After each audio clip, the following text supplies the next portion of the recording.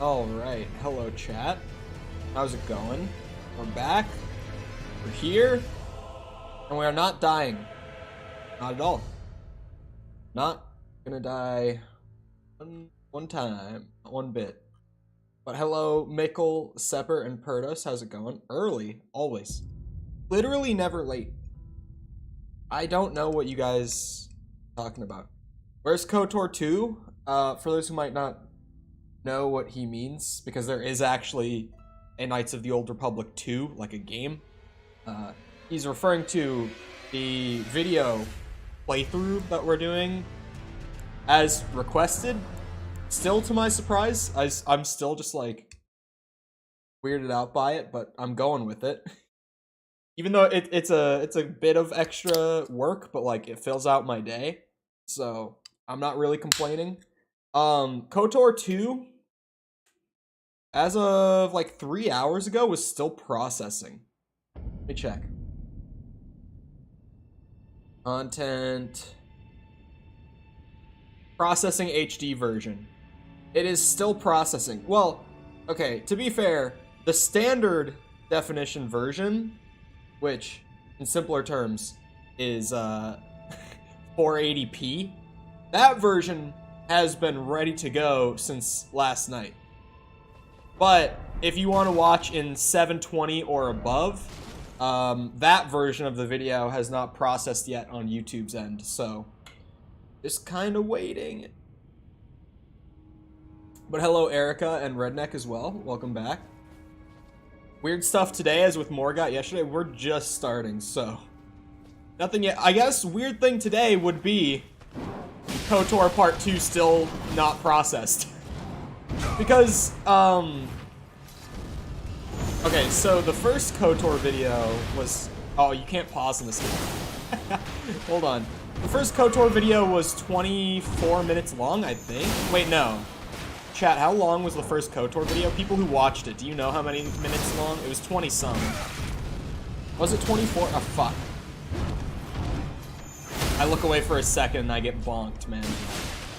Oh, that's right. These guys, it was better to actually just crit them than to go for the lights. I'm resting after this. This is bullshit. This is bullshit. I wasn't ready for this. Why did I have to stop at the bonfire right next to these fuckers?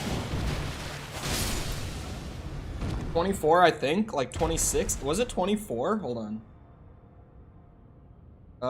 So KOTOR Part 1 was 24.5 minutes. 1440p. All that stuff, right? Hold on, the game just like completely tabbed out because I opened up a file explorer. Open and pause. Pause. Oh, that was... Hey, what's going on? No! I didn't want to hear that. The Part 2 is 34. So it is longer. But like, Part 1 processed in, I would say, about 8 hours it took to process the HD version. We're now like officially hitting like 25 hours or so that it's been trying to process Part 2. So it's like, I don't know what's taking so long on this video, but like, I really thought it was gonna go up this morning, but I had to push it off a day. And honestly, at this point, it's like, is it even gonna be ready for like early tomorrow morning publishing? Who knows? I genuinely just can't say. Oh wait, this is just an option now all the time to talk to Melina, whose name bears no similarity to a certain boss that I've heard a lot about. All I ask of you is to make Not suspicious at all. to the snowy mountaintops of the giants, far above the clouds. I know I'm asking you to commit a cardinal sin. That's what I've been It told. must be done to reach the path beyond, and that is the path I wish to travel. What is your mind? What is my mind? What is that question? What does that mean? Oh. The rock energy drink. The peach one tastes a little weird. Just Genuinely, there's something off about this one. But also, chat, since we're super early, do remember that if you're enjoying the stream or if you just want to do me a favor, feel free to go ahead and leave a like on it, because it helps to have extra engagement to send it out to, like, recommended and such. Smile.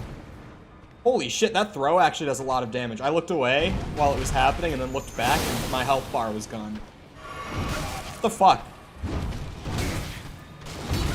Oh, whoa!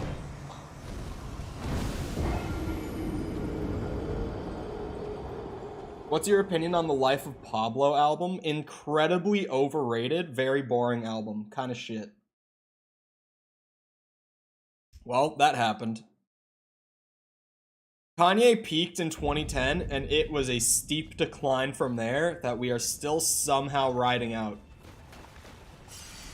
Has anyone heard the Donda 2 leaks, by the way? Speaking of Kanye, I know this is like kind of old news at this point, but has anyone in chat listened to the Donda 2 leaks? 11 watching, 6 liked. Kind of odd, isn't it?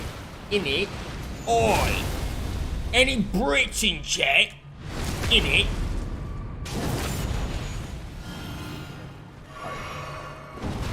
I can't resist sometimes. Donda 2 is bad. Dude, those leaks are fucking awful. Like, holy shit bad. 4 likes, 1 dislike. Bro, do you realize how bad that ratio is? Sticky is out to do some damage today. Sticky's going for the 2-hour stream today, boys. Sticky is out for blood.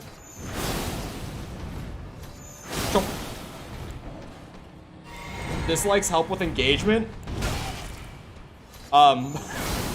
Who taught you YouTube? Like, huh? Splash.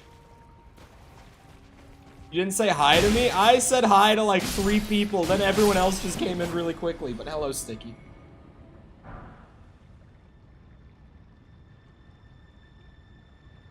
Oh my god, that peach flavor is fucking whack. Oh. It's the last can that I have, though. So it's like if I want to kill it, I just gotta power through it. Woo! That's something. Like, it's worse because the flavor is so potent. Like, it's not even like, you know, subtle, like kind of flavored. It's like, holy shit, it kicks you in the fucking mouth with it. And it just tastes weird. Like, I don't even like peaches, which might make it worse for me. Like, I do not enjoy eating a peach. Weirdly. Be weary of YouTube guides, then crying. I have not needed a YouTube guide yet. I don't know what makes you think this area will change that. Clearly, I am gamer. A poisoned gamer, but a gamer. You egoed me for the longest time? With what? The only thing I even see from you in chat before, like, the 4 likes, 1 dislike is an angry face. That's all I've got before that. At least on my end. I have 1 angry face, but that's it. What do you mean I egoed you, bro? What do you mean? I remember that attack. That's the one that killed me for the 420 yesterday. At first I was just like, oh, another attack, but then I realized what it was. A poisoned gamer is no gamer, Albert Einstein. You need to put probably. Albert Einstein probably. I fucking love those. I've talked about this before. The memes where people like quote or reference something, but then they have like some, like they either put like probably or IDK or something, like because they're genuinely just like, I don't know. Was probably said by a smart person, I guess. There's something about that format that I love. With the undisputed king being a resident when his landlords become, or sorry, a landlord when his residents become evil. I don't know, I haven't played the games. That's my favorite one ever, because it's so genuinely funny. And it's the gif of that kid, like, panicking.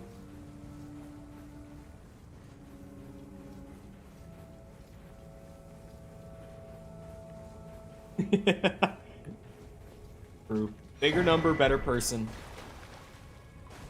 Just a fact of life, right? Right, chat? Oh, fuck off! Why? Why?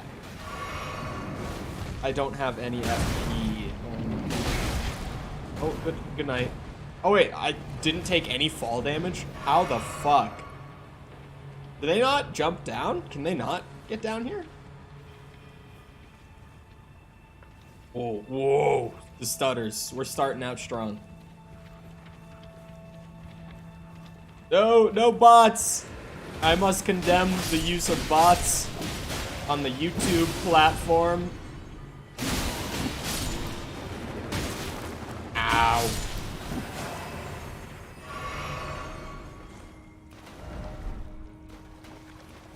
Also dislike. I'm about to just ban every regular. Fuck you guys. I'll get rid of them. Oh, this is the thing. This is it. Oh, what the fuck? Let me out of here. Wasn't he dead? Must eat more. Defile more. Everything that matters to you for generations to come. I am the Dung Eater, a scourge upon the living. Is that blood on the wall or shit? Who are you?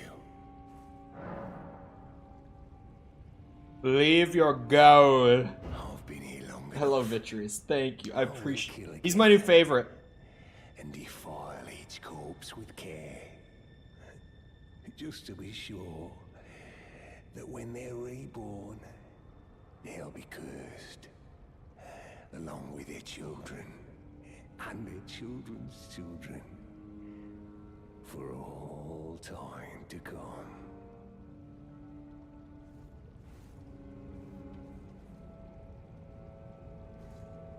He's talking about defiling the bodies again. I will kill again. And defile okay. just to be held be good. I'm supposed to kill the body, right? Like, I'm supposed to... That's definitely what that guy's doing. Yeah, I'm pretty sure I was supposed to destroy the body. Here we go. Good night, Dung Eater. Thanks for the FP. Dumb bitch.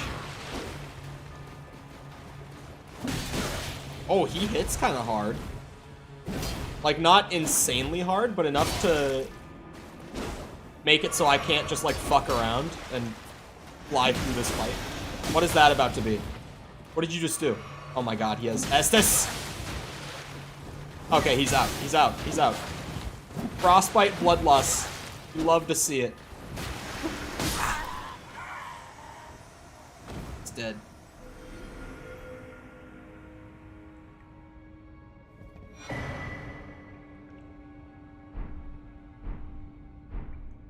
What's on his armor? Is it like barnacles? Like, what the fuck?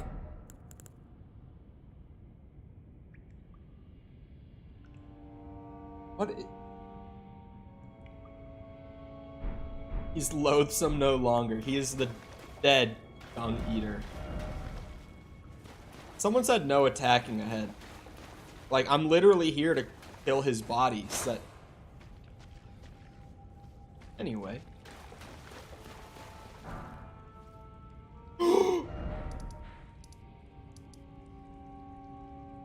I just pogged in real time.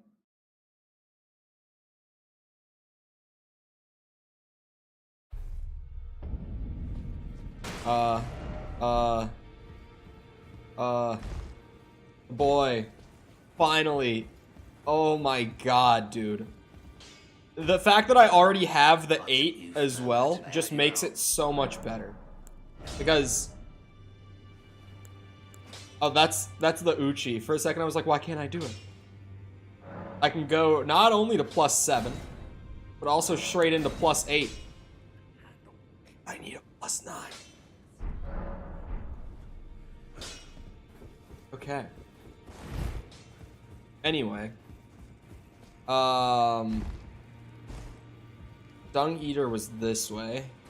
I still feel like I somewhat struggle to keep track of which hallway is which in here.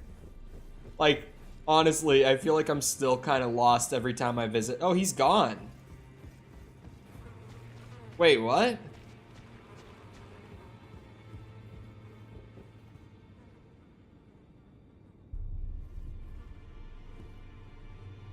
Gone. Flower Boy or Igor by Tyler, they both suck. Neither. I think Tyler is just not it. Just not it. You. What is it? You were supposed to free his body, not kill him. You murdered him.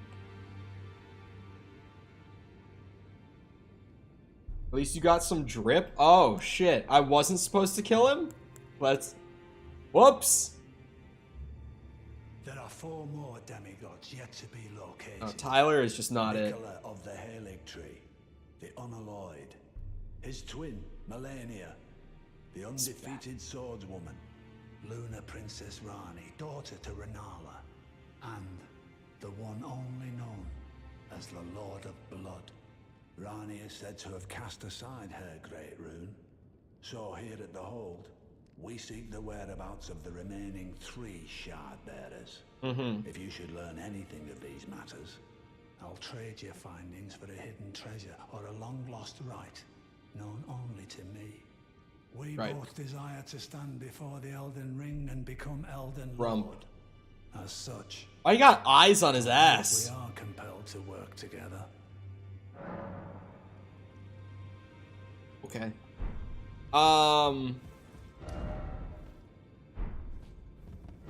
Should I just go to here? Oh, that's right. I already got the first bonfire there. I don't know. I don't play Elden Ring. No, I think it's fine that I killed him. Because he was just talking about, like, defiling corpses and shit once I freed him, so now he just won't fuck dead bodies, I guess. What's with the red glow in the air? Not loving it, but also Moonvale just went from +6 to +8, and it was already stupid broken at +6, so I think we'll be fine. 700 each for these guys. You wanna know what's funny though? These guys still, like, per kill, don't give as many souls as an enemy type in one of the starting areas of Demon Souls. In the Shrine of Storms, like in 4-1, the very earliest part of that area you can go to, as soon as you've killed the first actual boss of the game, the standard enemies there drop like 1,000 souls each, I think, roughly. I think it's like 1,100 or something each. Like, you can soul farm immediately after killing the first boss and get leveled up super, super fast in Demon Souls. Considering, like, you're on a replay and you actually know to go there and do it. Because obviously your first time playthrough, you're not going to go to, like, the second to last Archstone right off the bat. But you can access it pretty much right off the bat. When you went to Greece, where'd you go? I spent, like, 3 days in Athens, 2 days in Olympia. I took a day trip to Delphi. Day trip to Troy. I think that's it. I don't think I went anywhere else. No, I don't think I did. Athens was definitely the worst out of all of them. Athens is like a city that is very, very historically significant, but because of like all the economic issues in Greece that were like fairly shortly before I went, Athens was just not in a good state when I was there. Soul farming is so much fun. I mean, in this game, it can be kind of a pain in the ass, with the exception of like a couple areas where you can get like runes kinda quickly. But like, demon souls, when leveling up, costs you like, what, 4,000 souls per level, like super early.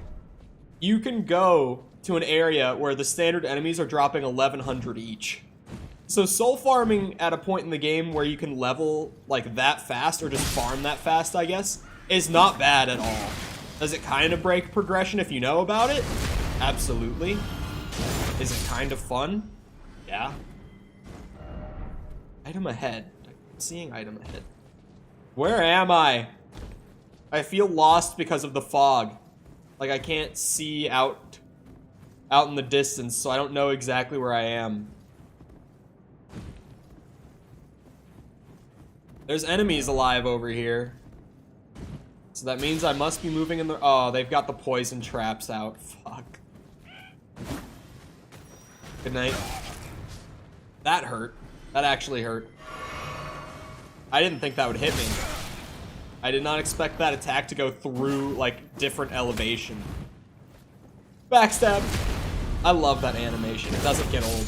What are these guys called? What's their, like, actual name?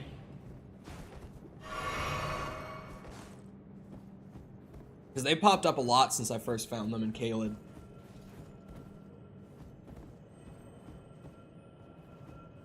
Where? Oh, bug.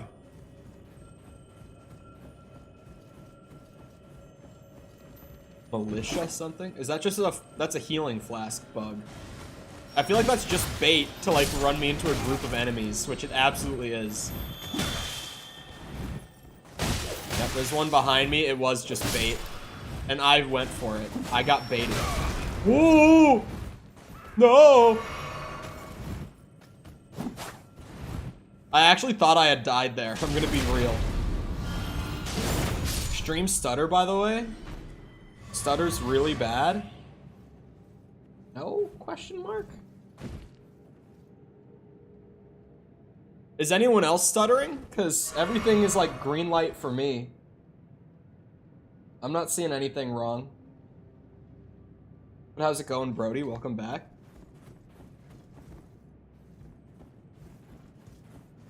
I'm not seeing anything that says it's stuttering. It might just be Mickle. Bonk, bonk. Fuck, get back here. Oh, I thought that was a tower for a second.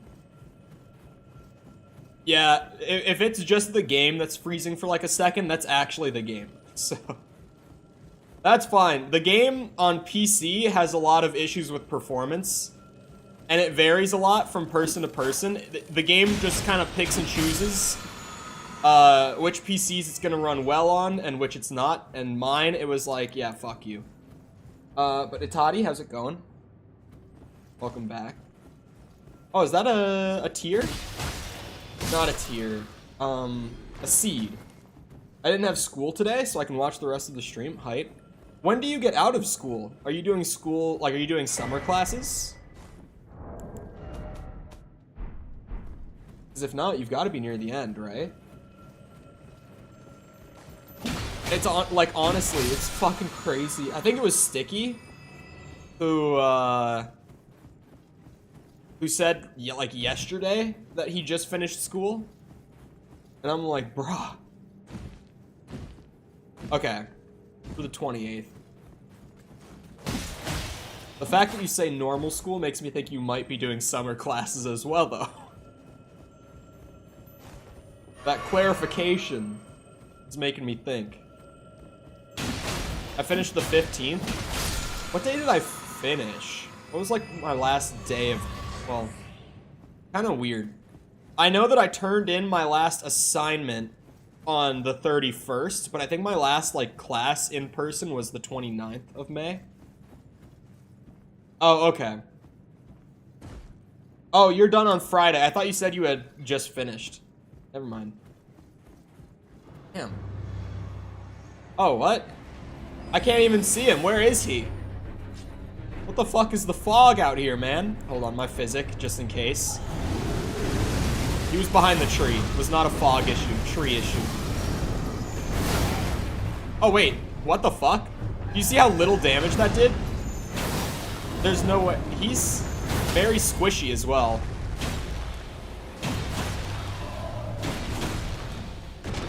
There's that stamina issue that my build is kind of known to have from time to time. Mostly when I'm just dumping damage into bosses. Oh, I went for the heal. Like, I pressed the button, and then he started attacking, and I knew already it was over. Fuck. Oh, there's a stake, though. Okay. Easy. Not a problem.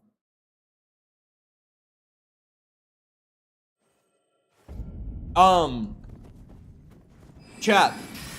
I have question. Elden Ring is great, right? Elden Ring, like, Pog. But, I have noticed, because I am such a man of the people, some declining interest among the community in Elden Ring, little by little. At least for the people who have been here for a while. I know that some of the newer people, like, I haven't seen that really at all from them, but from those people, I've seen some declining interest, as well as, I just need to be thinking about, like, what comes after Elden Ring on top of that for, like, stream games. Anyone got requests, suggestions, etc.? Preferably newer stuff. Like, stuff that's, oh fuck, I died again. Again, just from, like, a bad time to heal. Like, me just having horrible judgment. Preferably newer stuff. Because A, I probably haven't played it if it's newer. Because I haven't really played many new games this year. And B, like, it's just fresh for more people if it's newer. Like, there's kind of, I guess, the same thing to be said with, like, if we go old, where, like, people won't have seen it really, but new is more exciting than, like, retro. At least generally speaking. I really like retro shit, but for most people, new is more exciting than retro. Anyone got ideas? Like, obviously, there's stuff coming out later in the year that I'm already, like, planning on. That Last of Us remake is coming out, and I'm willing to give The Last of Us another chance. That being said, I am publicly known, I say it a lot, that I think The Last of Us... I've played the first one, I haven't played the second one, but when I played the first one back on PS3, I thought it was kind of boring. So I'm willing to give it another shot with the remake this year. But we'll see. Heard Forbidden West should be pretty decent. I don't have a PS5, so, like, is pretty decent worth, like, $500 is the question. I should have also said, like, if it's console exclusive as well, probably not. SpiderMan is getting a PC port this year, which I loved SpiderMan PS4 when I played it when it came out. It's one of the only PS4 exclusives that, like, had a ton of hype around it that I actually thought was really, really good when I played it. That's not me saying it's the only PS4 exclusive I thought was really, really good. It's me saying it's the only one that had, like, a shit ton of hype that I thought was really good. Haven't played God of War 4 yet, because I'm just personally not interested. Like, I like the older God of War games, but it looks like the new one just kind of misses the point of what made those games fun, in my opinion. It looks like they've traded their gameplay for a story, which is, like, fine for people who want story, but, like, I liked the gameplay in the old games. 100% zombies on a plane. Hell no. Like, you can probably tell when you watched it, like, that game is painfully boring. It's just a game that I bought because it was like 40 cents while it was on sale, and it's like a funny meme thing to have in my library, right?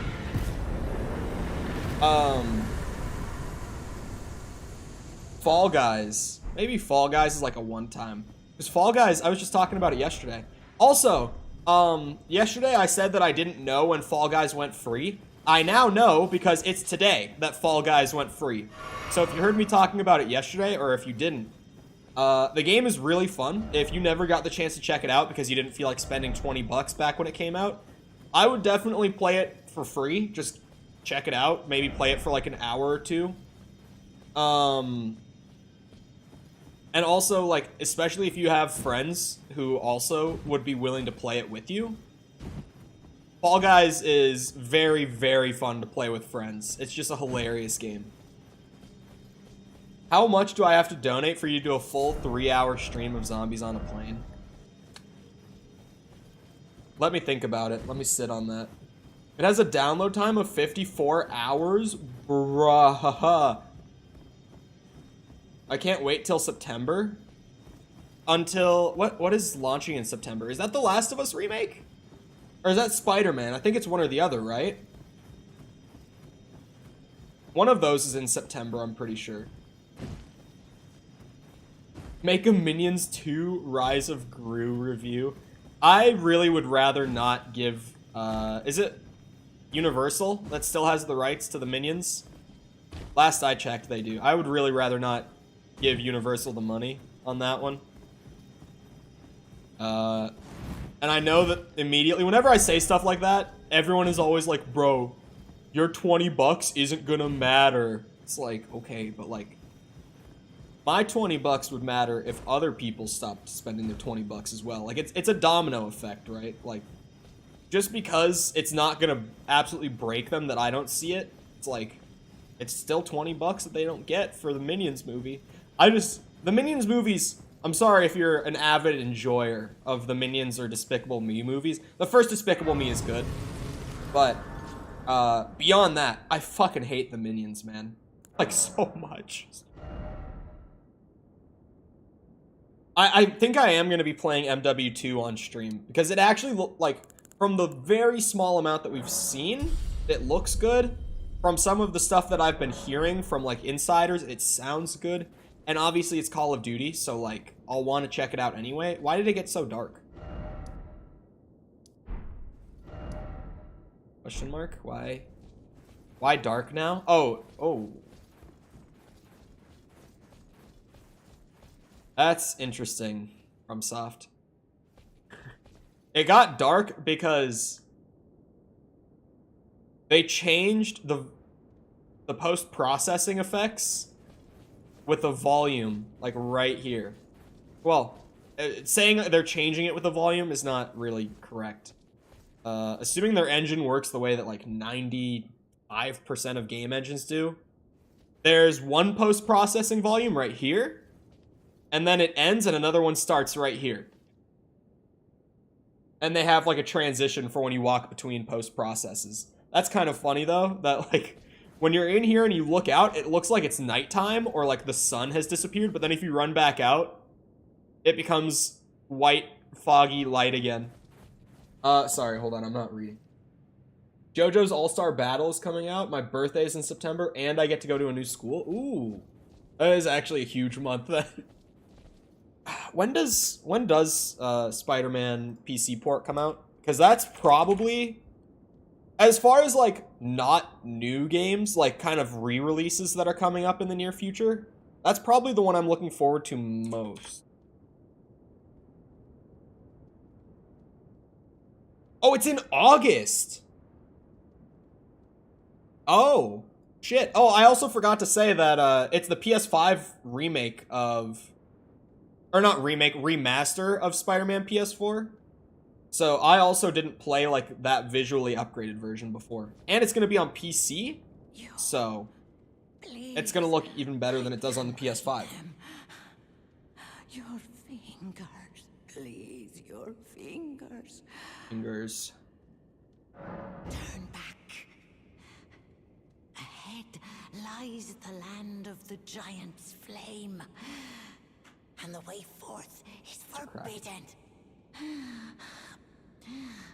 Hear me. The burning of the earth tree. Why is she holding the staff with her foot like that? With her gross ass toes? Doing so will unbind destined death and slay the world itself. Who would dare put you up to such a task?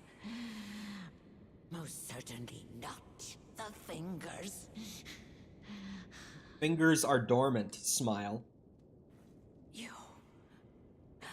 Oh, same dialogue. Okay. Arkham games greater than Spider-Man games? Generally agreed. I think, like, if I were to rank all of them combined, like, my favorite would be Arkham City. But then, honestly, I would put Spider-Man PS4 as, like, number 2. And then, like, Arkham Asylum under it.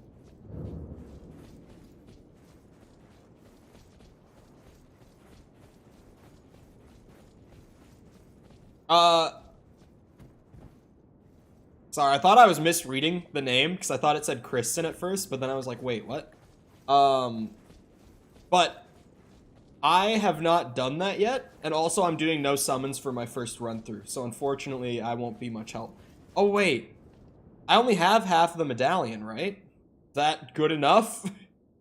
You'll just let me through with half of it? Come on. Wait, no, apparently I have the full thing. Since when? I don't have the full thing. The only one I don't like is Origins. I would say that I like all of them. But I would say both Origins and Night are, like, boring to me. It's one piece? When did I get it? Because I had 2 medallions that were both, like, only half of each. I don't remember ever getting a full medallion. Did it just get given to me when I got... Oh, it was Morgott. Okay, yeah, I just forgot receiving it then. Just completely blanked on it.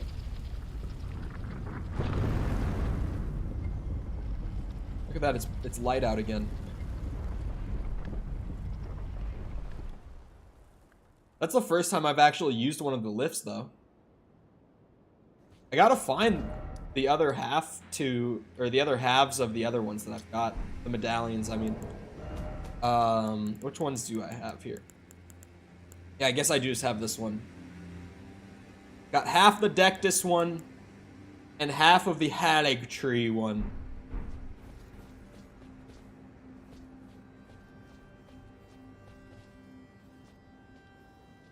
Funny pranks and capitalism.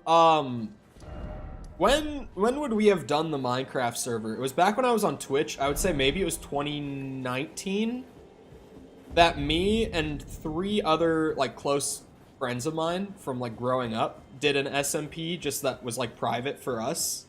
And we streamed on it a lot, and it was a blast. And people really liked the content, too. There were some good pranks. I intentionally blew up one of my friends, like, bases that he had dug into the mountain because he spent so long setting up, like, all this stupid redstone shit for, like, lights and everything, and he was so proud of it. So I was like, haha, funny prank.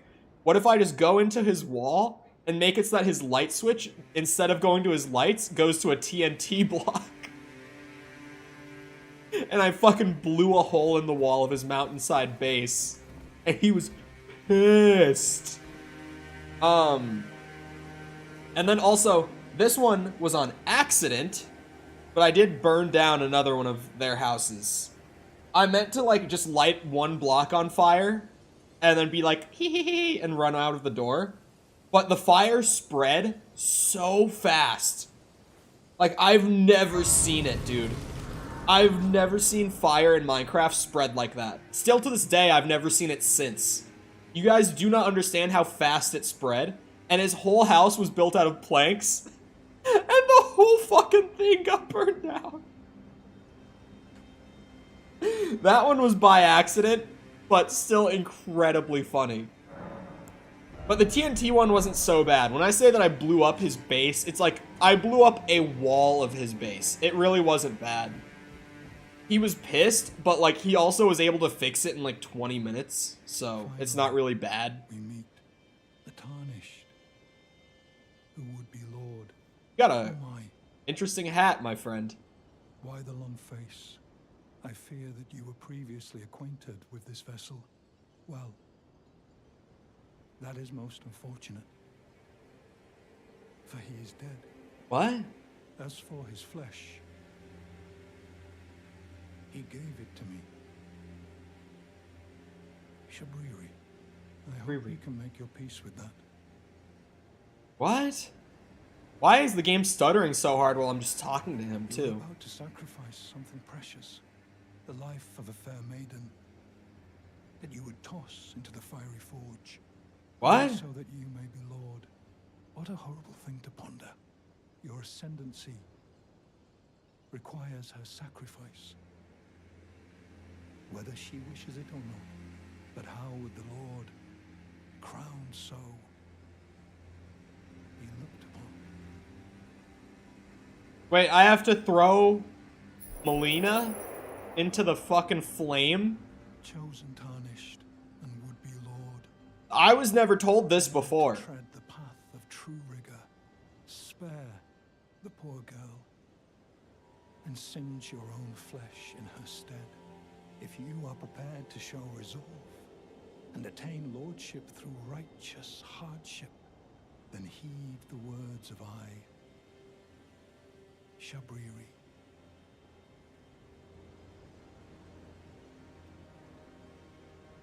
What the fuck are you gonna say, Melina? What do you mean? M-E-L-I-N-A. Melina. The fuck? Melina? What do you want from me?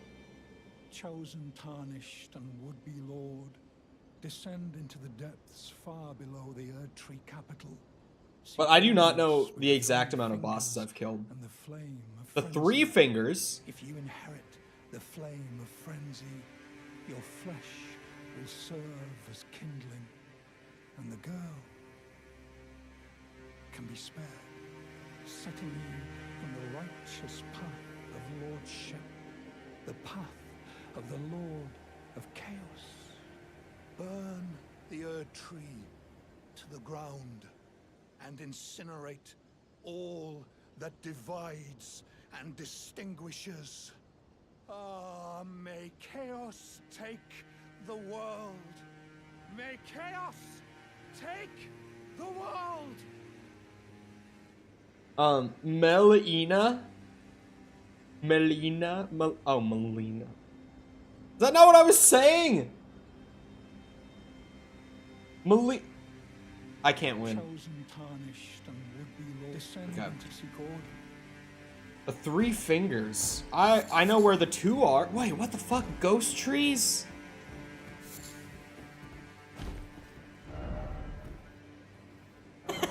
Fucking bitch. Likely snow. Can I put a note down that just says, Vicious, thank you for the sub. I appreciate it. Can I put a note down that just says likely snow?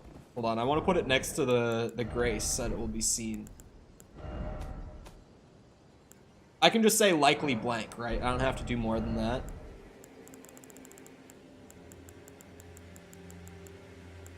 Yeah, here it is. Likely things, I would assume.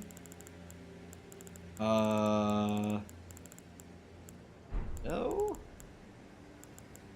Concepts, probably? There's no way they have snow as a concept.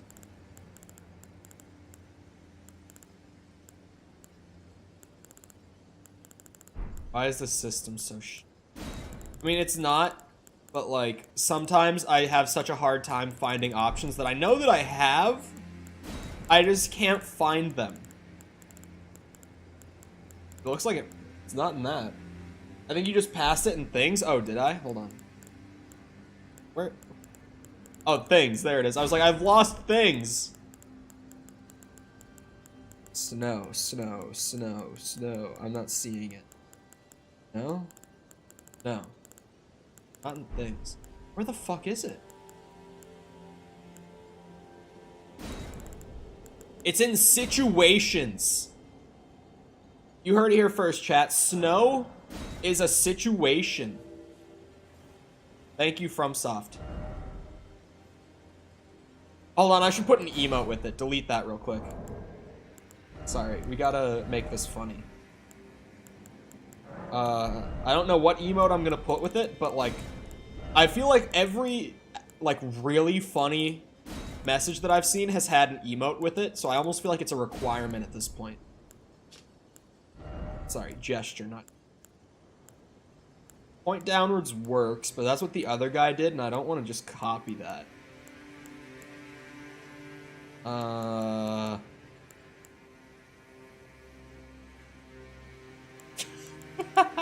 Sitting sideways? It's snowing outside. I'm in a bit of a situation. True. Dejection? I mean, it could work. I think sitting sideways is pretty funny. But dejection is also funny. I'm honestly stuck between the two.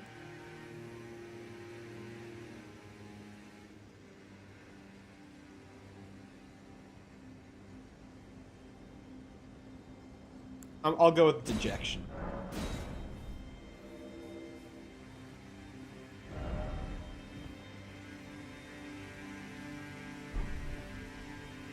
There we go. Oh my god, this area is pretty.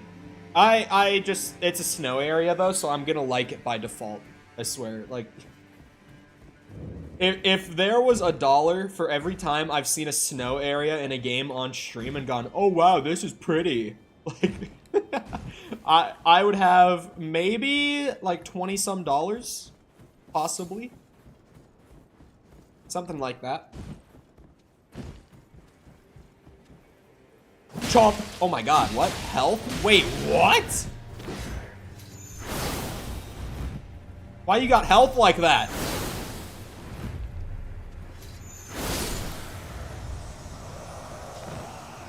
Huh? 5,000 runes? I hate snow with a passion? Bro, what? What?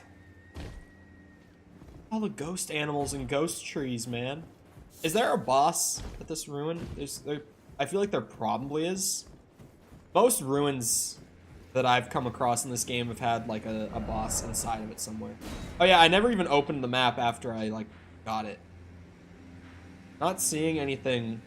It's kind of just a linear path, huh? Like, it's not really like a whole area. It just kind of is a path that you go down. Interesting. It seems more similar in structure to like Dark Souls, like old Dark Souls with this area. Where it's kind of just like a path that you go down to get to something important at the end of it. Not that that's a bad thing, though. Like, I'm totally here for that formula. I've said a good bit on stream, and I don't feel like that many people have agreed with me, but I've been vocal about the fact that, I honestly think I prefer the more, like, loosely linear focused area approach to the open world approach for Souls games. Like, when you say open world Souls game, it sounds fantastic. Like, I just in concept heard that about this game and I was like, holy shit, that's gonna be amazing. But after playing like 58 hours, I think it was, when I logged on today, like, I honestly have come to the conclusion that I prefer the older format for, like, going between a series of areas rather than just having a whole open world. Because, like, there's still a lot of freedom in the more classic, like, Soulsborne formula with areas. Because it's never, like, you know, you have to go through the whole game in order, although I haven't played, like, Sekiro yet, which I honestly just don't know about that one, I'll be completely honest. But like, there's typically a lot of options as far as where you can go at any time, but then just when you go there, the areas have a bit more of like a focused design rather than just kind of being like big open space. There's no way that my boy would live in Finland and hate snow, right? Actually, a lot of people here in Minnesota hate snow. It's like, then why are you here? Like, we have snow, like a good amount of snow on the ground for like 6 months a year. Like, if you hate snow, you just should not live here. There we go. They can be staggered. What do you know? Oh my god, I didn't kill him. Oh, okay. Yeah, I forget every time now that the pullout does, like, the actual big chunk of damage. Because I just have gotten so used to not doing the criticals and just going for, like, a spam of light attacks instead, that now when I do them, I'm always just, like, kind of confused at first by how little damage it does. Get enough money and move out? It's not even like a get enough money. Minnesota's really expensive to live in. And it's also just like people that I went to high school with who like choose to live here. You know, like they could move anywhere when they like actually go and get a place, but they choose to get a place here instead. And then they complain about the snow and shit. And I'm like, why are you staying here? The fuck?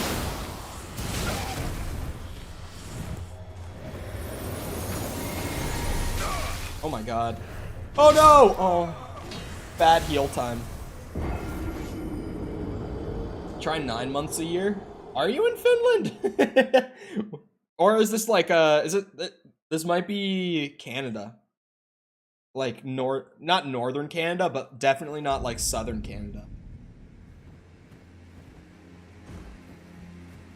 Southern Canada, like climate-wise, is pretty much like the exact same as Minnesota and like Upper Peninsula Michigan and shit like that. If you're talking about having snow for that much of the year, you gotta be definitely not like near the border of Canada. It's so funny to me that Canada has like a pretty like what's the right word?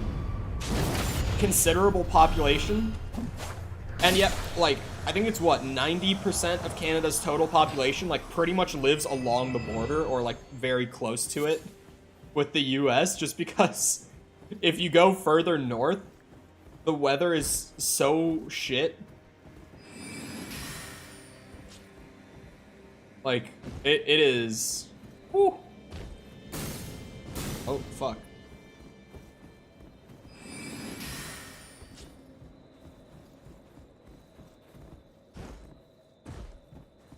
I don't know why I'm even popping off Glint Blade when I'm not fighting anything. Oh, I thought this was like a doorway. There was something weird about like... Oh wait, there is something glowing up here. Oh, it's my rune pile. Oh, that's not Moonvale range. Now I'm overestimating Moonvale range. What the fuck is this? Why do you guys have to do this shit? These guys do give a ton of runes, so like... You know how I've said a lot throughout this game that I can't just leave enemies because, like, I have this innate need to gather all the runes that I can for no reason? These guys drop 5k each. You think I'm gonna be able to leave them alone? Like, even if they kill me a couple times, I'm just not gonna learn my lesson. I need the runes! How could I become Elden Lord without all the runes? Answer me this.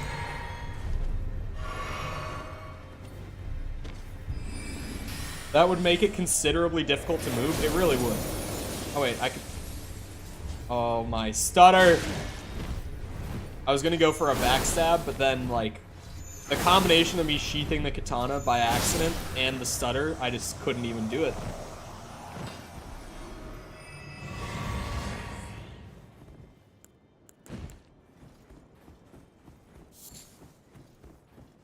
Worst part about drinking carbonated shit is the hiccups, man. Worst. There's stuff up here. I didn't even really look around. These guys are fine, like one at a time, but fighting a pair of them was a pain in the ass down there. Oh, let's not aggro to it once again. I didn't even see this guy. Oh, the other guy sees me. Fuck. Oh my god, that's got some range to it. You really have to put an object between you to get away from that. You can't just run away backwards like that. It doesn't work. You gotta put something in between you and the origin. Oh fuck. First time I've gotten hit by that. Give me some FP back, please. What? Fuck off. At least I can just spam Moonvale on these guys and get 5k each. Oh, come on. Because they also give you your flasks back, which is actually really nice. That is not a complaint by any means. I'm very happy. There's got to be a boss in this area, right? Because, like, otherwise I would want to go up the hill towards wherever or whatever that is, which I'm assuming is where I need to go for, like, the actual story. To, like, burn the Erd Tree and shit. That's 3 of them, dude. You can't be doing this to me. Come on, I just want to aggro one of you. Come on, just you. Yeah? No, all 3. Okay. They heard the glint blades. They're very aware of my presence. Here they come. Woo! I feel like there's gotta be a boss at the end of this. These guys are a pain in the dick. It's like the only other way that I can go, aside from just where I'm supposed to be going right now. And, you know, these guys are laid out along the way. In groups even, not just one at a time like they are on the main road. Just like... FromSoft is making this a risk-reward little piece of adventure here with these dickheads. Oh my god! I almost just got fucking comboed. Just like insta-dead combo, dude. Holy shit, that was close. Oh my... Fuck off. No, no, no, no. Chug that flask. Oh my god, keep drinking. Okay, I got this. For I am legendary samurai Chol. Moonvale shinobi, even. Chug. That one level of vigor, for real, dude. Like, without 50...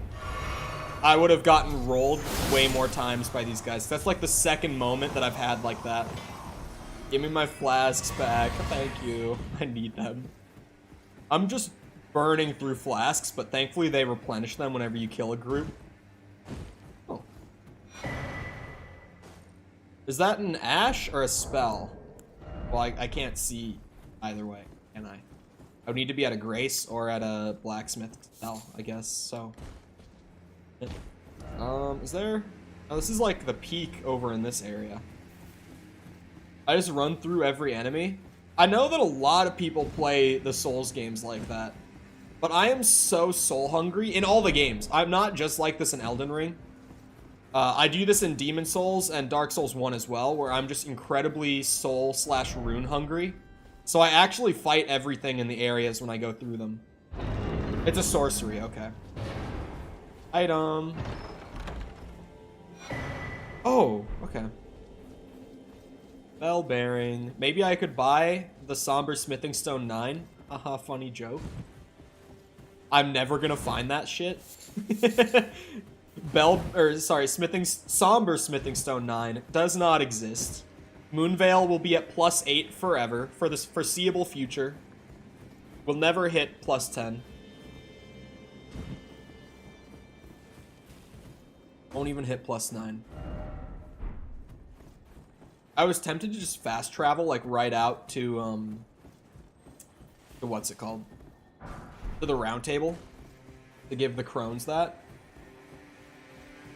Yeah. Oh, wait, that's just a... There's a difference? Hold up. Wait, do the things tell you, like, what types of items they're gonna open up in the shop? Because if they do, I've never noticed that. Stone Miner's Bell Bearing. Yeah, that would just give me, like, typical smithing stones. That's actually... I did... Oh my god. Wait, these are the birds from the castle. That's an incredible reskin. I love when devs reuse stuff. I know that there's so many people in the gaming community that are like, asset reuse is so lazy. Meh, meh, meh, meh, meh. Wah. but like,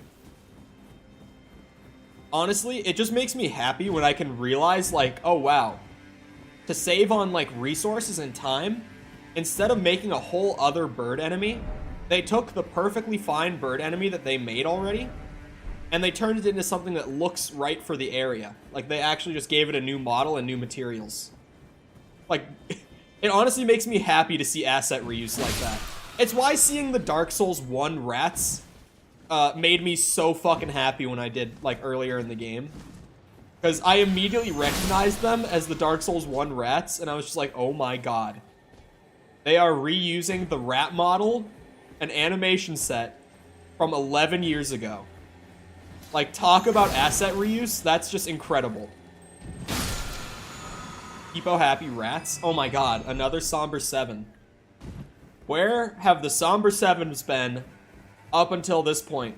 Like, I already got the one earlier. But, like, we went from not finding a single one for a whole, like, 58 hours to finding 2 in the last hour. And now it's just like, okay, 7s are cool, I guess. Where were they earlier? But now, I need 9s. I need a 9 and a 10, right? Oh, item. Is that a rare one? No, that's just a normal item. Okay. I thought it was one of the bigger... Like, the item pick up particles that have, like, the blue outline. Like, the legendary ones, so to speak. I guess. I just wasn't late enough in the game. I've just been trying to get so overpowered that I was just not even in the areas where the materials for my weapon upgrades spawned.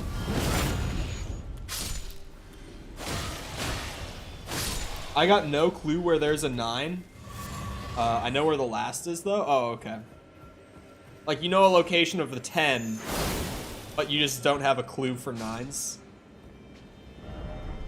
Well, surely you found one at some point, so I feel like I shouldn't have to worry about it that much.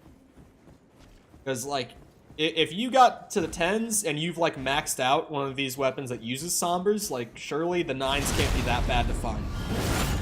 At some point, I'll come across one. It's like I was saying with finding that katana that the one, like, Jar warrior fought me with that shot the blood out.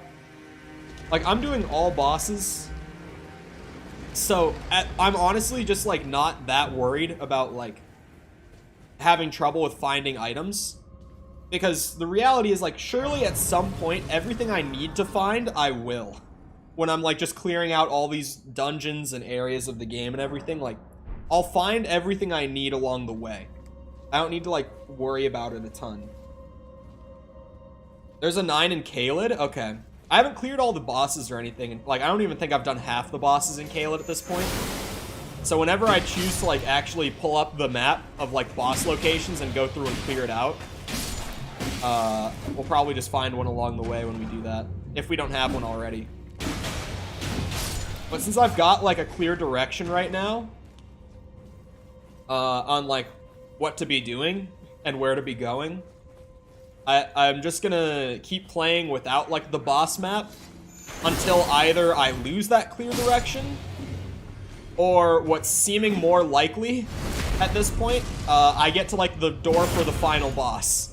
Which, by the way, chat, I swear to God, when I am nearing the final boss, like, when I'm even, like, 5 rooms away from it, or whatever the fuck, like, when I'm even getting close to it, not just when I'm right outside of it, whenever I'm getting close... Tell me, because I will be so pissed off if I fight the final boss not knowing, and then I get into a New Game Plus cycle without doing all the other ones that I missed. I will actually be so angry. So when I'm even getting close, you just have to let me know.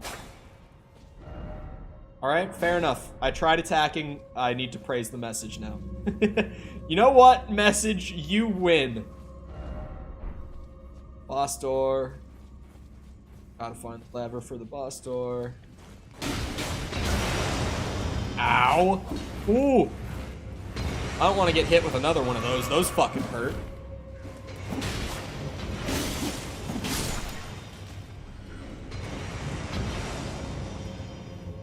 Oh, wait, really? You have to actually... You can choose not to go to New Game Plus? Wait, actually?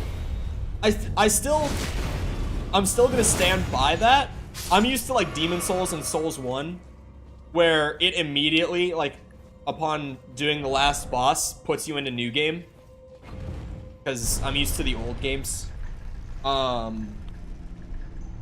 still, I feel like the final boss I want to do last. So I'm still gonna say, tell me when I'm getting near the final boss, just so that I know to, like, make sure I've cleared out everything else I want to do. Similar to, like, when we did the Red Dead 100%, and I saved the last story mission as the last thing that we did. Like, I want the end to be the end, even if I can keep playing afterwards and keep getting things done afterwards. Chop, chop, chop, chop. Oh my god, these guys drop a lot of runes. What the fuck? Why? These pots be giving out the runes. But yeah, we did pass 420. We actually ended stream yesterday on 420 deaths, which made people very happy. Ah! Fuck! I thought it was just gonna be like one arrow down the middle. I underestimated the trap. Instant frostbite is cruel, though. Can we acknowledge? What the fuck? He blows up, doesn't he? Oh my god, suicide pot.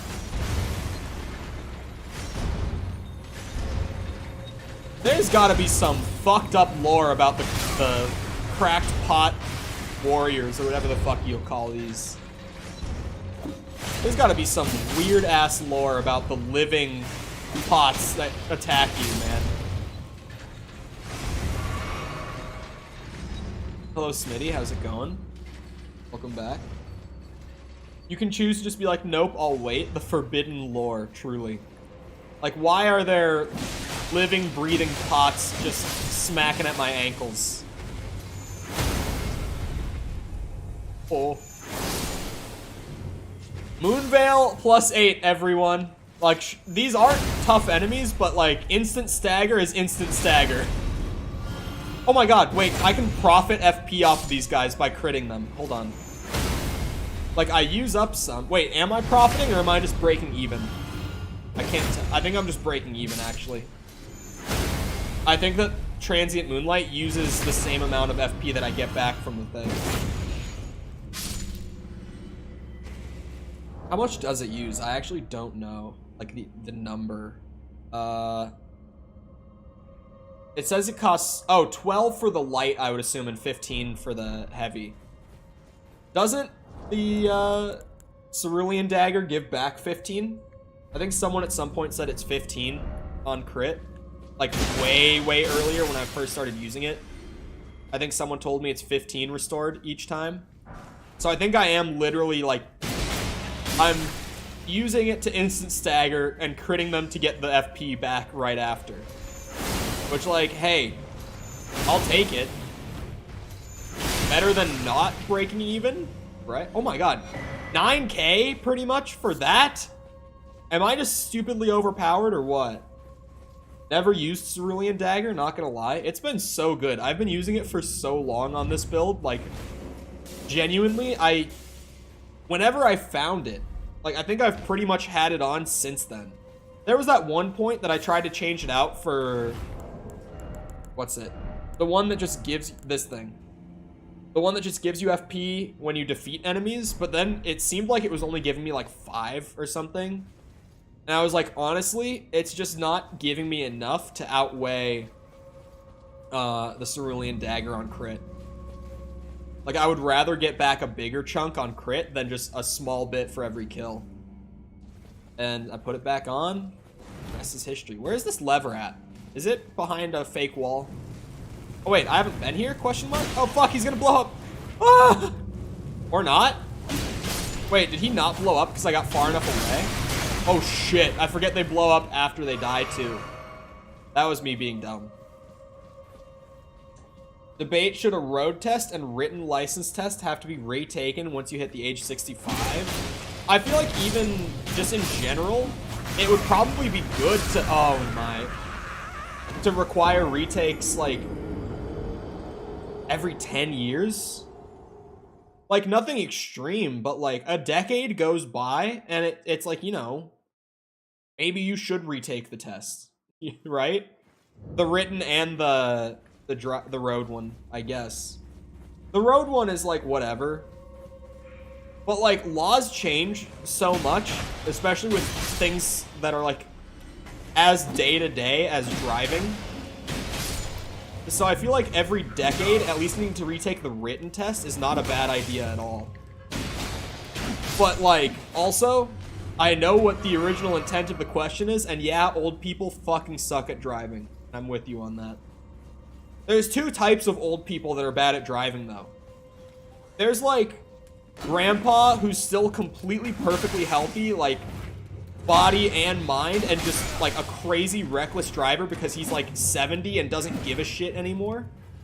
And then there's your more, like, stereotypical, like, bad, like, senior citizen driver who's just going, like, 10 miles per hour below the speed limit, like, both hands on the wheel, hunched over it, just sputtering along in, like, their 85 Civic. Wait, is this the lever? Oh, no, this is for an elevator. I was like, no way that it was back at the beginning.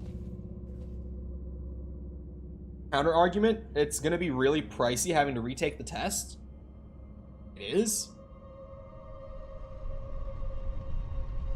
Should the age of a president be capped at 65? No. Oh my god, I sent it in Discord this morning, and, like, I said it when I sent it, like, I normally don't shit on, like, any current US president, because I think it's a really bad practice. Even if you don't agree with, like, even if you very fundamentally agree with, like, a couple things about that president's policy or whatever, like, rooting against the person who is leading your country is so dumb, and I will never understand the point of it. But that being said, there's a new clip of Joe Biden that I saw on Twitter last night that genuinely made me laugh so hard I started choking. Like, I coughed for like 10 minutes afterwards because I choked so bad laughing at it. Where I'm gonna give my best reenactment for those who haven't seen this new funny clip. It's not the bike clip. He says, and I quote, "I can describe America in one word." And then he just goes, it's something along the lines of like, and then there's like a long pause. And the clip just cut it there because, like, comedic effect when you cut a clip early. And I was actually fucking dying at that clip.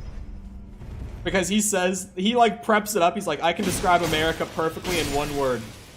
And then he just says like some absolute gibberish, and then there's like a long silent pause afterwards. Like, he doesn't say anything, no one else who's like at the press conference says anything. Like, fucking Vice President of the United States of America, Kamala Harris, is standing behind him in the clip. She just kind of like stood there with her, I can't remember the name of the stance, but it's the one where like you have your hands out in front of you and you're holding them like this. Like you're holding your wrists like that. She's just standing there like that, smiling. And I'm just like, what the fuck is this clip? And I was laughing so hard.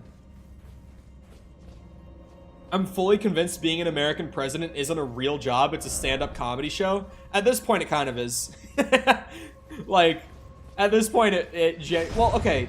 The weird thing with the US government is, like, the president genuinely does so little at this point because of all of the, oh no, I had like 90k runes in the pile down there, man. The president genuinely does so little at this point because we had so many checks and balances when we first formed the government back in like fucking late 1700s. Like, founding fathers wrote so many checks and balances in, and we've only added more and more through time to try to like keep that same principle of ensuring that the president can't like go full dictator and just make every decision for the country, right? Like, the president genuinely The actual president. Like, there's something to be said about, like, their cabinet making a lot of big decisions, but, like, just saying, like, the man or woman in the future, possibly, who is president at the time, they do so little. Like, aside, not to say they don't do anything, but, like, in the grand scheme of, like, federal government, their role is so small. Like, not to exaggerate, but, like, in the modern day, the president of America has really become more like being the face of America than being, like, the single person making the biggest decisions for the country, you know? Which is a good thing, honestly. Like, it's a very good thing, at least in my opinion, to not have, like, a person who is just fully responsible for making all these massive decisions for the country, right? Like, it's not a bad thing by any means.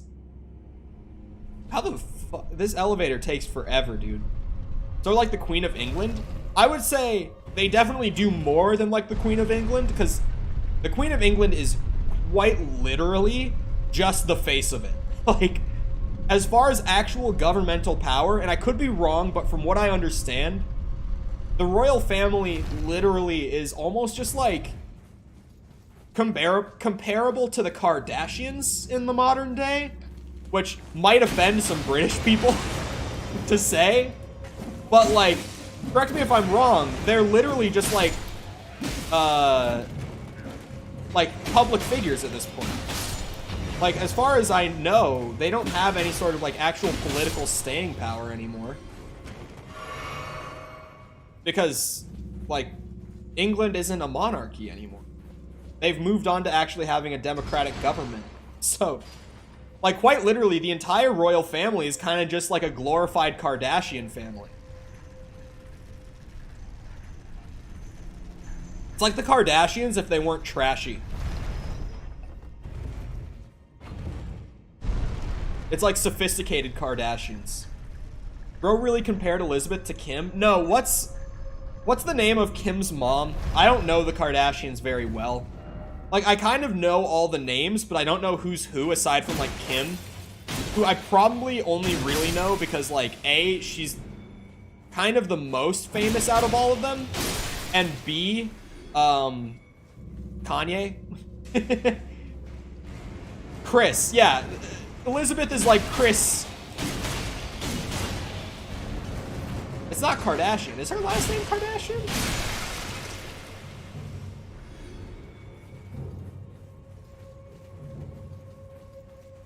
Because you saw the tape? I mean, everyone has, so, like, C, I've seen the tape. I love Jenner. I thought it was Kris Jenner, but then I like, second guessed it. I was like, I think that's wrong, actually. I think it might be Kardashian. Birds and the bees. Is it not funny, though, that, like, a sex tape that, as far as I've seen in internet discussion, is, like, universally agreed to just be, like, actually shit? Like, I haven't seen anyone on the internet be like, oh yeah, dude, that's a banger right there. Like, everyone that I've ever seen discuss that tape genuinely is like, no, that fucking sucks. Like, how is she even famous? Like, how is this your reason for being famous and it's fucking dog shit? Which is hilarious to me. That her entire family is famous because of that clip. And I have never seen a single person on the internet say that they've actually enjoyed it. Like, everyone's just like, no, it sucks. I don't even understand how they're famous. Like, it's so funny to me. Tell me that isn't an Elden Ring boss name. I'm gonna hold my tongue. I was about to say, I will say, as like a funny video intro idea for something that I don't even think I'm gonna make anymore, but I still might. I had thought of like a funny, like, it wasn't specifically Elden Ring themed, it was more like Dark Souls themed boss name, but they're kind of the same if we're being honest. Like, how different are the Elden Ring boss names, like, thematically from, like, the Dark Souls ones? Right? Like, Artorias, Abyss Walker, I can't remember his actual title, like, as it appears on the health bar. Like, Artorias the Abyss Walker could be an Elden Ring boss. If you just, like, looked at the name, it could be an Elden Ring boss. Like, it actually could be. There's not much of a difference. Really, it's just like a Soulsborne boss name, in all honesty. Because from what I understand of Bloodborne as well, it's also kind of, like, the same as far as just, like, general, like, the sound of the names of bosses. Like, there's just, they all kind of have a similar ring to them. But I had a really, really good, like, meme Soulsborne boss name that I was like, oh my god, this video intro idea is really funny. But I think the rest of the video idea is kind of shit, so I probably won't even make it. Like, the only reason I would make the video at this point, if I'm being completely honest, is just that I could make that meme for, like, the intro. Because the rest of the video is kind of a shit idea. Prince Philip Kardashian? Oh my. Prince Philip is an absolute beauty guru. I don't know what you're talking about with making that into a meme. Acting like it's not real. Prince Philip could absolutely sell makeup. I'm honestly kind of surprised. Does the royal family do shit like that? Like, just randomly sell shitty products? Like, promo them? Does the royal family use much social media? I genuinely, I don't know shit about the royal family. I feel like it's one of those things where the only reason that you would know, like, really anything about the royal family of England is, like, either A, you're from England or currently reside in it, or B, you're a white woman in the United States of America. Like a middle-aged white woman. Oh, shit! I didn't think that one would blow up. It didn't have the particles on top when I first saw it. And I looked away after I fucking chopped. Royal family has a social media manager? Okay. So they definitely promo shitty products on their social media. Got it. Thank you for the answer. Imagine royal family manager walks up to Queen Elizabeth one day. He's like, "Oi! I know you're still grieving Prince Philip, but we got a mobile game sponsor. It's called Raid Shadow Legends.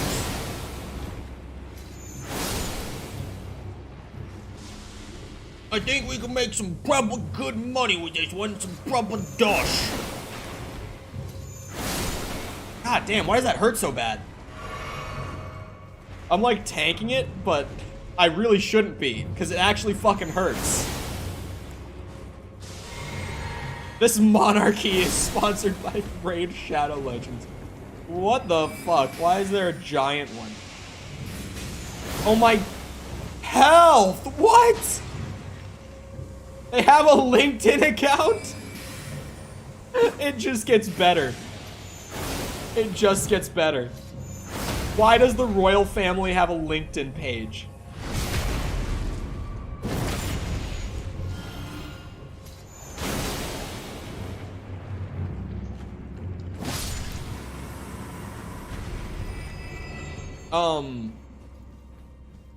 Isn't the royal family, like, racist or some shit?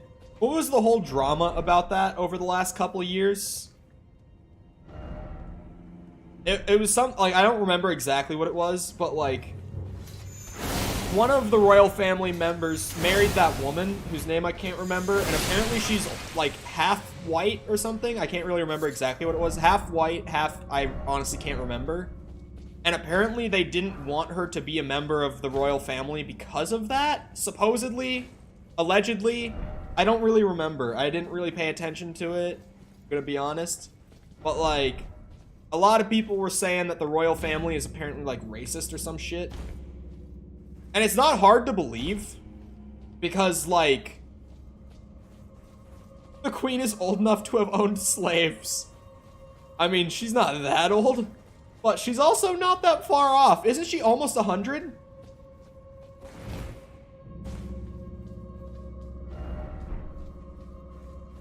That guy, that note said lever?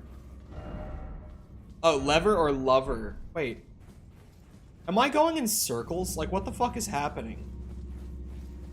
Genuinely, what is happening? I feel so confused. Because before I thought I had gone in a loop. But then I came up here, and it was like repopulated with it. This one does not have any enemies. Which royal family? The English one. The only one that, like, the world as a whole gives any sort of shit about outside of, like, its own country. No offense to other countries with royal families, but down? Hold up. Oh, cheeky bitch.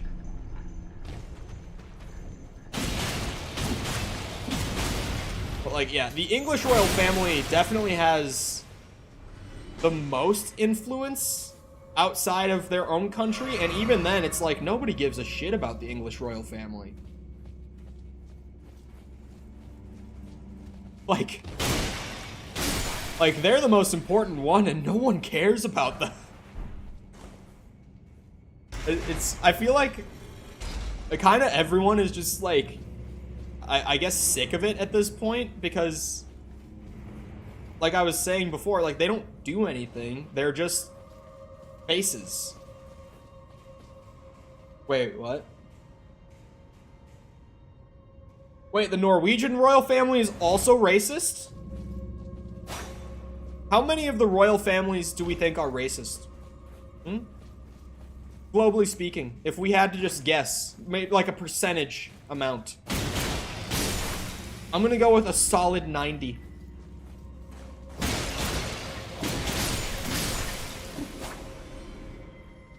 Because honestly, I feel like if you live in a country that even still has a royal family, you're pretty stuck in the past, right? So to be a member of the royal family of one of those countries, you've got to be so far in the past, right? Our royal family is racist. Denmark, right? They mainly said no because Durek wasn't pure-blooded Norwegian. So yes, it's sort. I mean, that's like as much as you can kind of try to be like, maybe it's reasonable for like a royal family of their own country to want to keep like the royal family purely ethnically of that country. It's also like, no, that's just racist. That's just racism. Like, at first, you're kind of like, okay, well, like, fair enough. But then you're like, but wait, no, that's still wrong. Like, that's still horribly wrong. No cap, nobody cares about the royal... That's what I'm saying. Like, when I say the royal family, everyone, at least for the most part, like, maybe it's different if your country specifically has its own royal family, right? But, like, everyone, I should say, from a country who doesn't have their own royal family, like, assumes the English one. And even then, it's like, no one gives a shit about the English royal family. Straight up formal racism. Yeah, it's like, maybe there is some, like, whack, like, really old-timey logic to it. But, like, it's still racist, right? The recently turned 18 princess got her first partner, whom of which is 22. It's just weird. Yeah. I've said it before, like my take on this one. But like, I'm 20, and I even feel like if I were to start dating like an 18-year-old who's not like at least just about to turn 19, I even feel like that's too young for me. Am I wrong? Because I feel like, even at all, once you are older than 18, dating someone or hooking up with someone who's, like, recently turned 18 is just weird. Oh, I died. Fuck me. Like, I knew that guy was there, but I was just, like, not paying attention because I was on a tangent. Americans really look down on us, please? Okay. Okay, hold on. I know that we get all the shit for, like, slavery and such. But not to be that guy. But, like, we didn't start it. And, like, we certainly weren't the last ones to get rid of it either. As much as we get all the shit for it, like, it was brought over to the US through European country, like, sellers. The countries like England and Belgium were like, and Spain. Spain was also a huge one. They were the ones like selling slaves to America. And also like, you made racism. It honestly, like, genuinely at this point, at least in America, like, as much as that might sound like a meme, there are a lot of people who genuinely think that America was and still is the most racist country on planet Earth. And it's just like, no, like, we've definitely got our issues. We had some serious issues. We still have some ongoing issues. But, like, we're not anywhere close to the most racist country. And not to throw shade, because, like, I think Japanese culture is fascinating, right? I really do. But one of the weirdest things is that in Japan, it is common, like, to the point where it should be expected that most apartments, like, especially outside of the biggest cities like Tokyo and shit, will decline your application for an apartment if either one of two things: you are not from Japan, like you weren't born in Japan, you immigrated from another country, or B, a lot of the time they literally just reject you for not being ethnically Japanese from like apartments and shit in Japan, which is actually like just completely fucked up, just straight racism, right? Like, no way to dance around it. Like, getting rejected from an apartment application purely because you are not a certain race ethnically, that is just straight up racism. Honestly, Japan, from what I understand, I would say out of the countries in the modern day that have gotten rid of slavery, Japan might be one of the most racist in the modern day. Which I think is probably just a symptom of, like, I mean, Japan is what, like 97 or 98% ethnically Japanese population-wise? Like, I honestly think it's like an issue of just lack of exposure, if anything. You know what I mean? Like, you almost have to sympathize with it to a degree. Like, shit like that is genuinely fucked. Like, rejecting people from apartment applications purely because of their race, that's fucked up. It took PewDiePie like 6 months to get an apartment there. Yeah. And I know one of my favorite YouTube channels that's gotten pretty big in the last couple of years, so I feel like at least one person is gonna have like seen content. Also, the stuttering right now, this isn't the stream, this is my game. Like, it's definitely not making this boss fight easy on me at all. Like, I'm stupidly overpowered, I should not die, but if it keeps stuttering like this, I just might. But one of my favorite YouTube channels is, it's called Abroad in Japan, and it's this British guy who has lived in Japan for like a decade, and just makes these really high quality videos about like certain smaller cities in Japan, like just certain topics of culture, stuff like that. And he does a really, really great job. If you've never seen his stuff and you're at all interested, definitely check out the channel Abroad in Japan. Very, very good. But I know that like every time he has like a lease run up and he has to move, he just says that it's like the worst process ever trying to find an apartment as like a white guy who wasn't born and raised in Japan. He says that it's just absolutely abysmal to try to find a place to live there. Because he also lives in one of the, like, not one of the biggest cities. I think he lives in Sendai, if I'm correct. Like, he does mention that if you're in, like, Tokyo or, like, one of the really, really big cities that gets a lot of foreign traffic, like, both tourist-wise and just, like, people going to live there, it's better, but it's still pretty shit.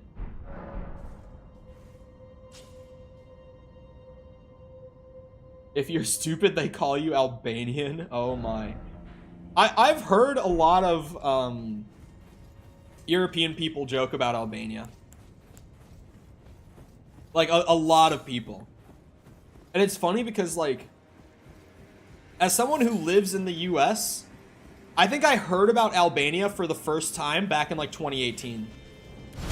Like, I think I heard the country's name for the first time like only 4 years ago.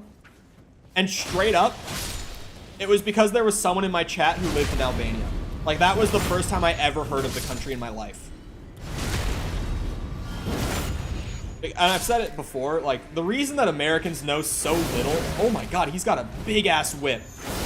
I've not seen one of these guys before. But the reason that Americans know so little about Europe is because we don't, generally speaking, have much of a reason to, aside from, like, the very major countries. The countries like France, Germany, England, like the really, really big ones. Aside from that, we don't really have any reason to, like, know about Europe. You must not know about Kosovo. I feel like I've heard the name, but, like, I don't know where it is. I don't know what it is. Like, I don't really know about it. I'd rather live in North Korea than South Sudan. I feel like North Korea has to be one of the worst places to live on. Am I wrong, chat? Butchered the name. I've never heard it pronounced verbally. So, like, I'm not even surprised. I've genuinely just never heard it. I can name all 50 states and place them on a map in less than 2 minutes. Good for you. But, like, we had a funny instance geography-wise in the Discord server this morning where... Don't ask how it got brought up, because I don't even have the answer, because I kind of hopped into the conversation in the middle of it. But, like, the Discord server was talking about cousin marriage in general, chat, and, like, where it is and isn't legal this morning. And so I looked up if it was legal anywhere in the US. Turns out it's legal in a lot of the US. As in, and I didn't know this until this morning, 21 out of 50 states in the US, it is legal to marry your first cousin. That's fucked. And maybe that's just weird to me because I'm from a state where that's not legal. Like, born and raised in a state where it's not legal, but, like, still, what the fuck? Like, am I wrong? Anyway.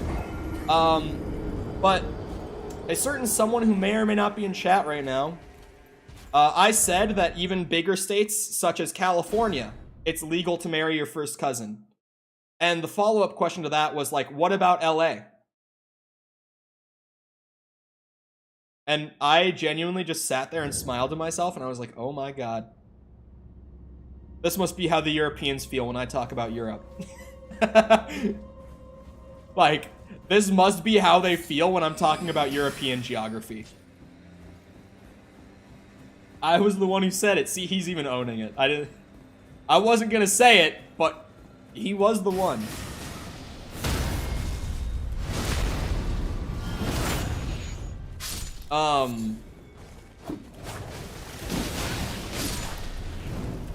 Could have been talking about LA, abbreviated for Louisiana. Generally, when someone not from the US says LA, I just assume they mean Los Angeles. Like, if it was capitalized and it was someone from America, I would probably think they meant Louisiana.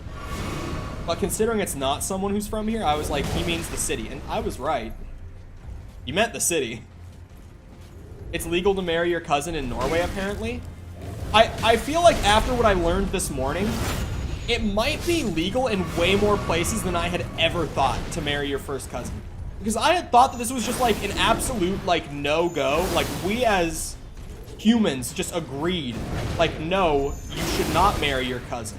But apparently I'm wrong. Apparently it's legal in a lot of fucking places.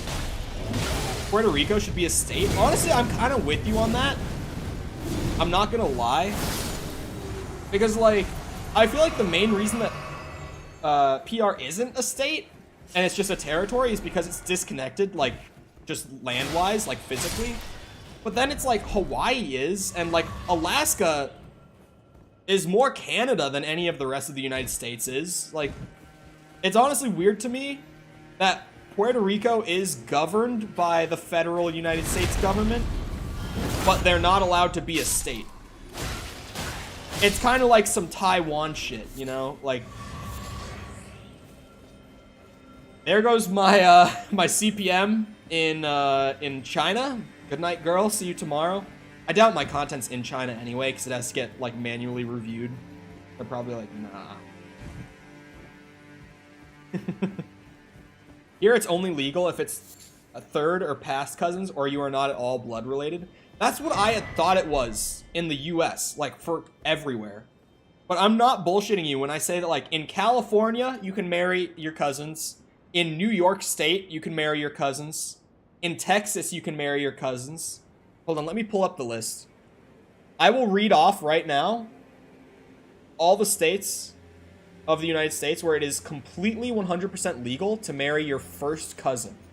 I'm emphasizing your first cousin because it is actually fucked, in my opinion. Like, actually fucking wild that this is true. Sorry, I have to scroll a lot, but I posted it in Discord, so I know it's in here. I don't have to, like, go search the internet for the same list. I have a full, like, rundown that I posted in the Discord when we were talking about it of the entire US and where it is and isn't legal. So. Trying to find it, just scrolling and scrolling. Why is the Discord so active? Why do you have to make this so hard on me, guys? Okay, here we go. First cousin marriage is legal in Alabama, Alaska, California, Colorado, Connecticut, District of Columbia, which for non-Americans is Washington, D.C., Florida, Georgia, Hawaii, Maryland, Massachusetts, New Jersey, New Mexico, New York, North Carolina. And then they have a footnote about it. In North Carolina, first cousin marriage is legal, but second cousin marriage is prohibited, which is super weird. But anyway, Rhode Island, South Carolina, Tennessee, Texas, Vermont, and Virginia. In all of those states that I just said, you can marry your first cousin legally and no one has a problem with it. And then there's a caveat where technically in 26 states, you can marry your first cousin. So that would bring it over the majority of American states. Because in Arizona, if both are 65 or older or one is able to reproduce, you can marry your first cousin. In Illinois, if both are 50 or older, or one is unable to reproduce. In Indiana, if both are at least 65. In Maine, if the couple obtains a physician's certificate of genetic counseling.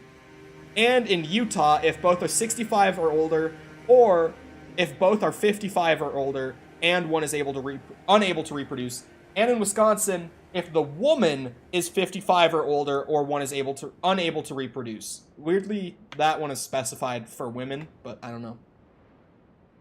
Just to clarify, it is not legal in Arkansas, Delaware, Idaho, Iowa, Kansas, Kentucky, shockingly, Louisiana, Michigan, Minnesota, Mississippi, Missouri, also shockingly, Montana, Nebraska, Nevada, New Hampshire, North Dakota, Ohio, Oklahoma, also shockingly, Oregon, Pennsylvania, South Dakota, Washington, West Virginia, and Wyoming. But if you include like those very specific circumstances in there, then in 26 states of the 50 United States, it is legal to marry your first cousin. No shot. Fuck off! I tried to read chat for a second. Torrent, save me. Okay, thank God. Kentucky? Shockingly, you can't marry your cousin in Kentucky. Kentucky sucks.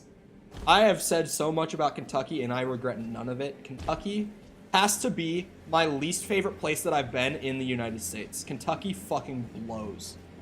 Sorry to anyone from Kentucky, but like, Jesus Christ. And I've been to LA.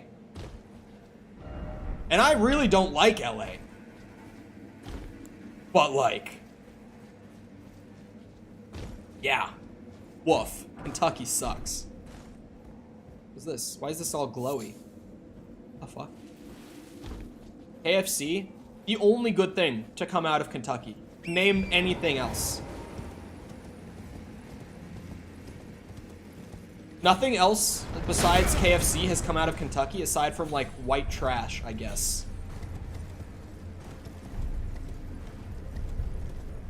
Granted, they aren't exactly our main producer of white trash, but like they do produce a good portion of our, you know, total amount of white trash here in the US. So, you gotta give them some credit, right? Gotta give them something. Okay, Americans in chat, or I guess Europeans, participate and just throw out where you feel like the majority of white trash in the US comes from. But specifically for Americans, because it's funnier for us, what state do you think produces the most white trash out of the whole country? Because there's a lot of states that are like, you kind of know that like, there's a lot of white trash in those states, but like, which one would you say produces the most? I feel like everyone's gonna say the same state. Ohio? Ohio is actually like, not very trashy. It's more just like nothing exists out there. Rhode Island is actually a pick. I'm not gonna lie, I wouldn't have thought of Rhode Island, but now that you've said it, it's actually a big pick. Tennessee is not bad, but I wouldn't say they produce like a majority by any means, but there's a good amount in Tennessee. Rhode Island has a lower population, but like, let's say if we were taking population, like the total population, and then the amount of that population that is white trash, let's not go with which produces the most overall. Let's say like per capita, what state has the most white trash? I might go with Rhode Island or New Jersey. Now that you've thrown out East Coast, yeah, he immediately, like at the same time, said New Jersey. I might have to go with those two. Now that you've thrown East Coast into the mix, that shit ain't real. I mean, I've got a buddy from Detroit. Like, he grew up there, and he's pretty white trashy. I won't lie to you, chat. Like, he's the funny kind, like the tolerable kind, but like, he's pretty trashy. He also just would not mind if he saw the clip of me saying that, because he knows. He jokes about it more than any of the rest of us do. Like, yeah, he's got some trashy qualities to him, for sure.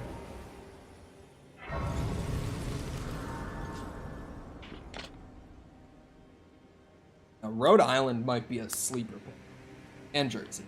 I feel like Jersey is kind of like, once you have East Coast in mind, Jersey is just kind of like a natural thing that you think of. But I would say Rhode Island is a sleeper pick, while Jersey is actually like not something I would have thought of before, but probably very accurate. Sorry, I'm turning on my fan that's on the other side of the room, but it's just not cooperating. There we go. It's on. It's getting very warm in here. That heat wave is even hitting Minnesota, dude. It's fucking wild. It was like 98 degrees in Minnesota yesterday. In like mid-June. Like, that's kind of typical in like, you know, July, August, but like June, nah. Massachusetts, you think? Oh, Boston. Sorry, Boston. Yeah. Not the worst to throw out there. This area is very... I just like the visuals of it. And again, I like that it's a lot more linear. Like, there's a couple extra things to find here. Like, it kind of just is like a straight shot to the main reason that you're here. It is I, Lieutenant. Hello, Lieutenant. Castle Sol lies just off to the north, where the other medallion is housed. It will grant passage to the land of the Halig Tree. Oh. That's the chick who disappeared for like the last 30 hours of the game. State is 90% nothing, 100% old people. Missouri's nowhere near as bad as Kentucky. I should say, we should not be sleeping on Kentucky in this discussion. As someone who just went through both Kentucky and Missouri, spent a few hours in each very recently. Granted, in all fairness, I came out of Kentucky into Missouri, so it might make it seem less bad just purely by comparison. But Missouri is considerably better than Kentucky. Like, considerably better.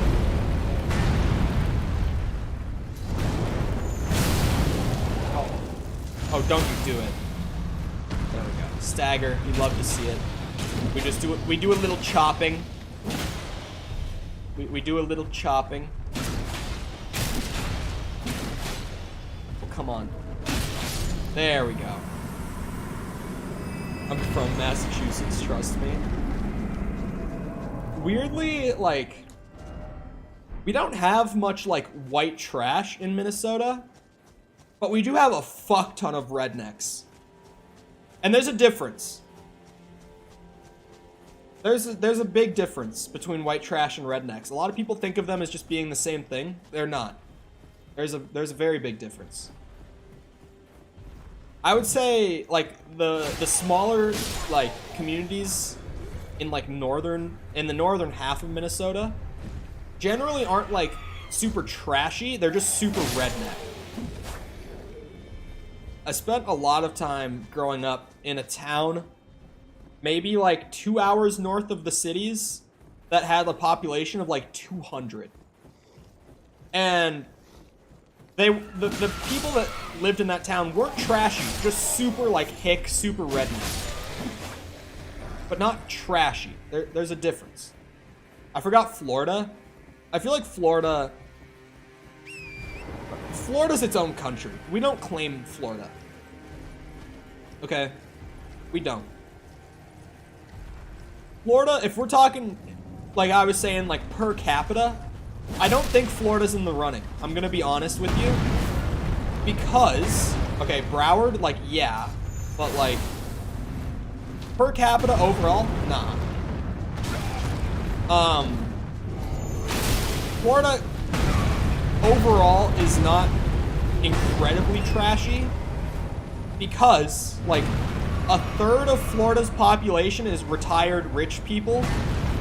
Not a third, maybe like a quarter of their population is retired rich people who are, like, good and proper and well-mannered and all that. Just dicks. But, like, not trashy. And also, like, yeah, there's, like, Panhandle. The Panhandle is generally a mix of, like, trashy and redneck communities. It's not just like it's all trash in the Panhandle. There's a good bit of it. But there's also a good amount of Panhandle that isn't trashy. Like, has anyone ever been to Pensacola? Weirdly, just this one town in, like, the middle of the Panhandle that is, like, insanely nice and, like, not redneck. And, like, how the fuck does this place exist in the middle of the Panhandle? It makes no sense. Like, overall, Florida definitely has a good amount of trash. But I wouldn't say it's one of the trashiest states per capita. I would just say it's kind of shitty. Florida is shitty. And it's not even just the people. It's a combination of, like, the people, the weather, the cities just being shit. Like, Florida's a strange place because it's hard to narrow down to something specific that makes Florida so shit. Because it's such a large combination of things that makes Florida so shit. My 2 years of Florida, I hated so much about it. Like, so much about it. I'm out, unsubscribed. I'm doing it all in good fun, okay? To be fair. Like, obviously, I'm not saying, like, if you're from this state, you're a shit person. Like, I'm messing around. Some states, I'm serious. Kentucky, I'm serious. And Jersey. Bad Mr. Streamer. No, like, I genuinely, I stand by the redneck thing, though. Like, rednecks aren't white trash. There is a very big difference. I'm taking this to Twitter right now. Please, no, please. But yeah, my 2 years in Florida, I saw just a variety of, like, brands of just unpleasant people. Like, you've got, like I just said, like, a quarter of their population is, like, retired rich people. You've got, like, the 65-year-old man who moved to Florida a couple years ago after he retired. And he just doesn't care anymore. Like, he's just kind of a dick. You've got the person who's, like, I lived in Orlando, right? So it might have been even worse there as far as just like people being assholes.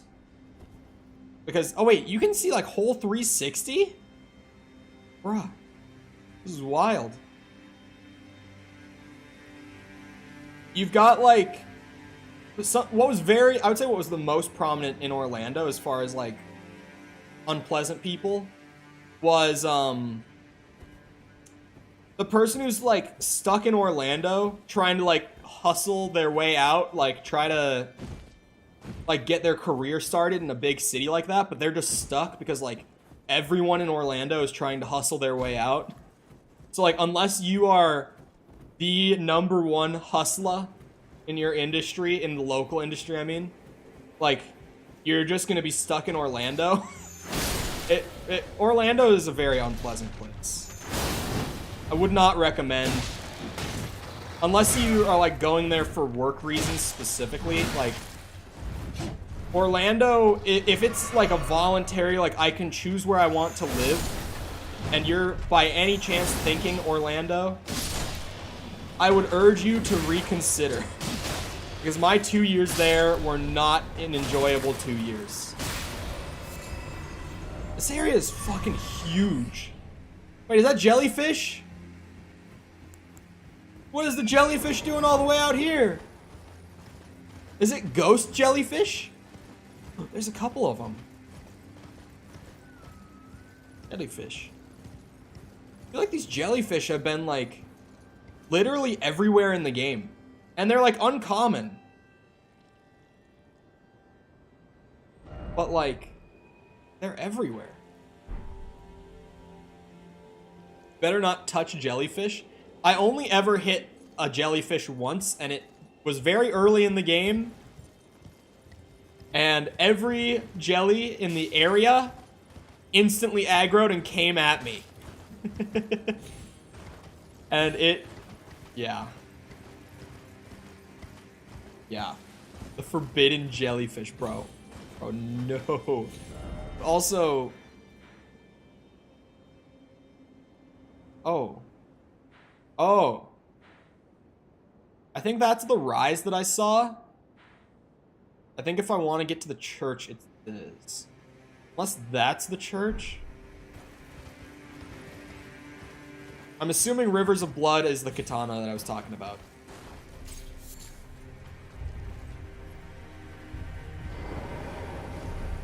What in the fuck? Ah! Hopefully my compressor lowered my volume on that yell. Because I actually just like full yelled. And I was very close to my mic when I did.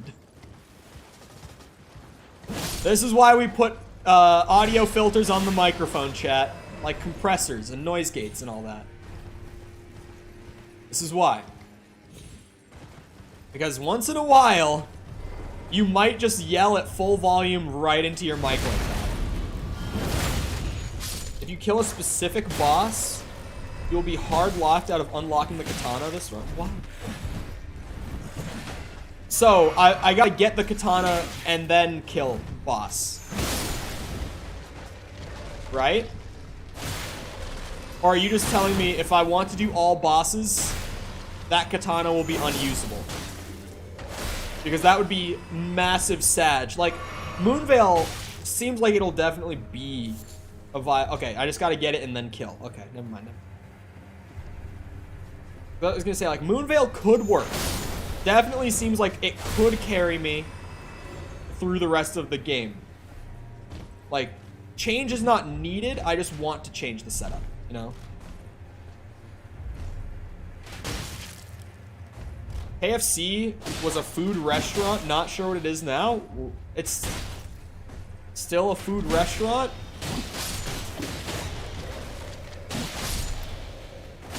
Question mark? But hello, A3000. How's it going? Welcome back. Stimulating boluses. Build-up of sleep. Have I gotten sleep this game? I don't think so. I feel like these items that typically would be like super, super helpful are fairly rare in this game. Like maybe, because that one dropped from an enemy. I'm assuming you could just like farm them off of enemy types that drop them. But I really just haven't done that.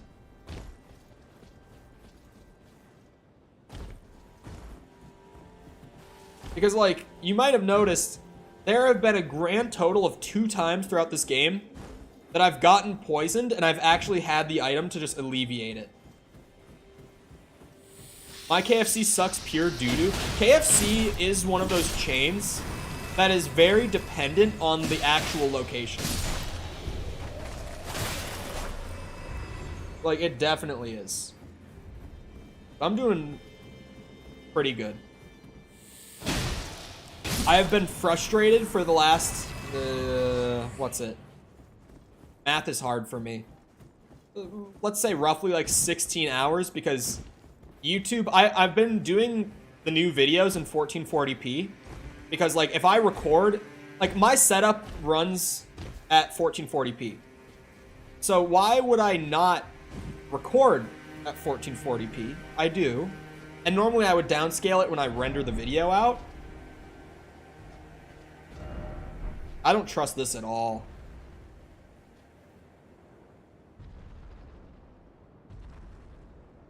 But I've been rendering my videos out in 1440 and uploading them in it. And it takes YouTube a long time to process 1440p video on their end, which is like understandable because it takes a lot more time to like process and render out 1440p compared to 1080. Because even though the number increase is pretty small, it is a pretty big increase in pixel density between those 2 resolutions. The abbreviation that no one ever uses for 1440p is 2K. So it's like a half step between 1080p and 4K, right? It's a fairly big increase, even though it seems not that big. And 1080p is standard. Like, YouTube is very good at processing that. Internet bandwidths are very good at streaming in 1080p at this point. Generally speaking. But while I've been uploading in 1440p, occasionally, it takes a very long time to process the video. And when I say a very long time, I mean right now, I've been waiting on a video that last I checked as of like an hour ago is still processing. And it's been processing since about noon yesterday. So like, I have genuinely been waiting for this video to process for like 27 hours. And I could just publish the video now, but then the video would only be watchable in up to 480p. Oh, the invisible bridge is, you can go across, but not easily. Okay. That's a long time to render. It's not rendering like out of my video editor. It's on YouTube's end. Like, I've uploaded the video. Like, I've even done all the SEO. Like, the thumbnail is made, the title is written, the description is written, the tags are done. Like, everything is done on my end. I'm just waiting for YouTube to be like, okay, video is ready to go. Right? I'm gonna go back for the invisible bridge. I want to go to the church and find the new thing first. And probably go respec real quick, because I got that grace, so I can just come right back here. I think I saw the visual cue for the bridge, but I'm probably just gonna have to like keep a very close eye on it while I go across. Oh my god, he's still here. Should I just use Torrent to go across at this point? I think I probably should. It doesn't seem like I can kill him. It seems like he's just a hazard, not like an enemy. Maybe I'm wrong. I'm probably wrong, knowing that this is FromSoft, but like... Oh no, that has a health bar. Okay, you can kill them. Let's go for it. Holy hell. Okay. Do they stagger? No, they don't. Fuck this. See ya, bitches. What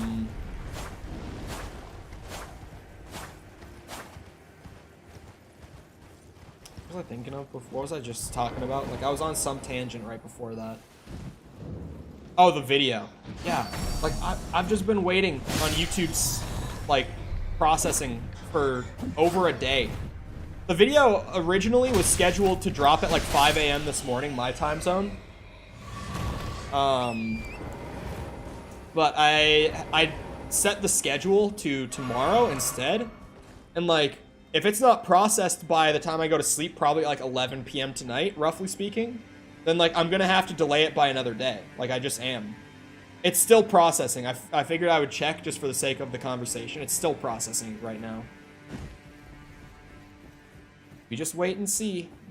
Like I could just like take it down, put it back up in 1080. And like I know that it would process out in like an hour if I did that. Right? Like I know it would. 1080 video on YouTube takes no time to process. What the fuck was that? When I turned 14, I didn't get to read the rest of it. You at least gotta let me read it! I know that I got too far away. Before someone is like, streamer, it is your fault you couldn't see. What will I do without my KOTOR video part 2? It's just frustrating because like, when you make a, when I make a video, I finally get done, because like, for KOTOR in particular, it took like an hour and a half to record, and they've taken like an hour and a half, 2 hours each to edit, and then I spent like maybe an hour, maybe a little more than that on the SEO and everything. So it's like after like 5-6 hours of work making a piece of content, I'm still, like I get very excited to like push it out there and like let people see it, right? And obviously get whatever growth comes from it after spending that long on it. But then sometimes I just have to like wait for a really long time because YouTube's end isn't ready to go yet. So like, I just have to sit here patiently and hope that maybe I can release it by tomorrow. Where did you go? But no, I feel like wait, is it the jellyfish talking?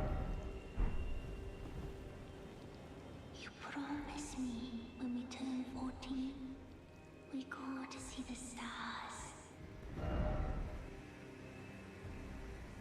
What is that gesture? I've never seen that. Never so long. Forever and ever it seems. Use jellyfish summon, please. How do I even do it? Help! How do I summon jellyfish? I don't know how to summon. I've ignored the mechanics so entirely that I don't know how to use it. Not an item, is it? Oh, it is. It is. Jellyfish.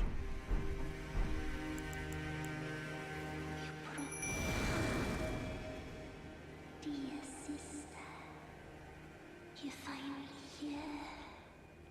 No time to waste. Let's see the stars. Bye. A seal was broken somewhere. Oh, that's how you get the emote! Yeah, I would say like 720p is like the minimum at this point. You know? Even at this point, I feel like 720p is not enough. But as a minimum, it's acceptable, right? Oh, this seal is broken. I thought this was a boss door, but I guess it wasn't yellow, so like I'm dumb. Is this it? No. Fuck. Wait, is that a talisman? At first I just assumed it was a weapon, but that kind of looks, it is a talisman. Spells consume less FP, but max HP is reduced. Shitty talisman, for real. Actually, I guess for like a glass cannon summoner's build, maybe. But like, I feel like the trade-off there would have to be like extra damage for less health, not more FP for less health. I don't know, maybe I just don't get it. Maybe I just have to try it to see at some point on like another build, but to me, it just doesn't seem like an item I would want to use on a build, personally. The trade-off is not even correlated, so like, it just seems like a dumb item.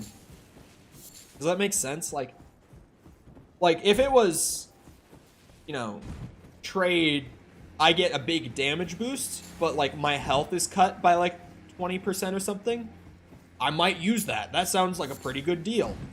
But like, no, that just kind of doesn't sound good, honestly. Like, if I'm being completely honest, it just doesn't sound like a good.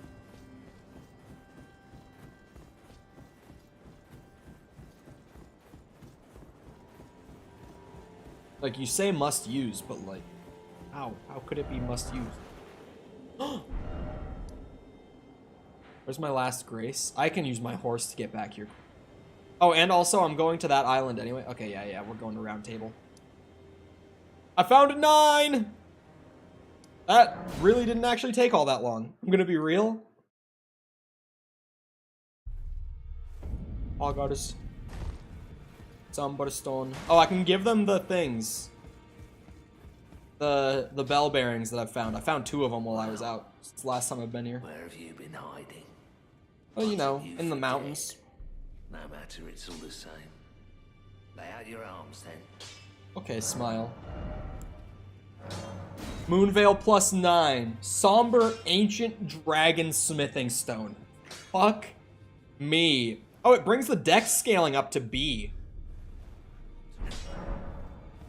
That would be a really good damage boost if I had actually like spec'd a ton of dex, because mine is, yeah, I thought it was at 20. I was like, I've spec'd it a little bit, but like not enough for that to be major for my build.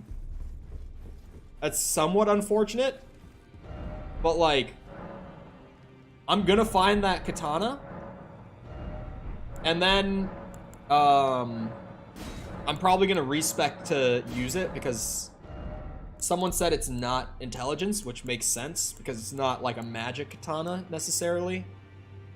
So I'm gonna have to respec to get the most out of that thing, which is a good thing. It's not a bad thing because like changing up the build before I finish the game is something that I wanted to do while still keeping the same theme, just so that I can actually.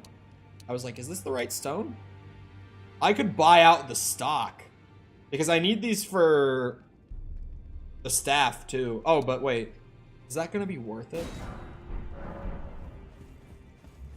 Maybe I shouldn't have used the somber 9, chat, because like if the katana that I'm looking for is in the area I'm exploring right now,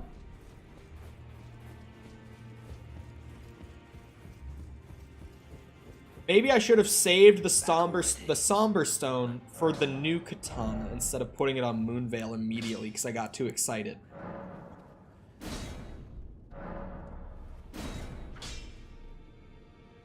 I can't buy 7s, right? But like, hey, going from 17 to 19, still definitely not bad. What katana are you looking for? The blood one. What was it called, Mikkel? You said it earlier. You get more 9s? I'm sure I will, but like it probably would have been smarter to just save it since I'm planning on getting rid of Moonvale either like before the end of the stream today. Not getting rid of, but like I'm planning to stop using it either by the end of today or probably by the end of tomorrow. Math 2 plus 4 plus 6. That's expensive. Fuck it.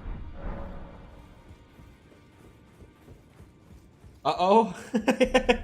I got rolled by that, like, the cracked pot warrior that got summoned that had it. And immediately, I think Mikkel was here when it happened, I just said, whatever that katana is, I want it. I think I had Moonvale at that point, too. Actually, I don't think I did. I don't think I had Moonvale yet. But I did get absolutely rolled by that thing, and I was just like, whatever the fuck that was, I want it. So, since then, I've just been kind of like, yeah, at some point I'll probably find it, right? Okay, let's go up to this one. I just upgraded all of my weapons, all 3 of them. Like, Moonvale got upgraded to 9. The Cold Uchi got put from 17 to 19. And my staff got put from 15 to 18. That one, not gonna lie, it's a good weapon, but everyone rocks it, really.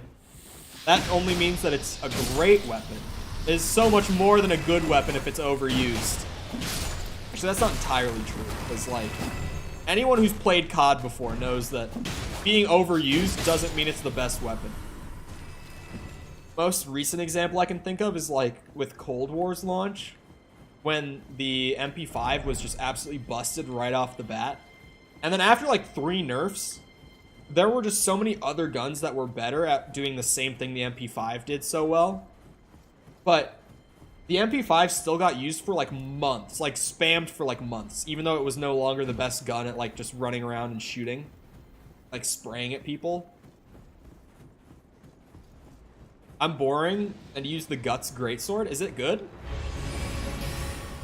Like, it looked really fun and really dope, but I'm just not a strength build, so and it's also not a katana, and I've wanted to stick to the samurai theme, like, for the whole run, so pretty much every weapon that's not a katana or a staff to cast with, I've just been like, yep, don't want it, don't care.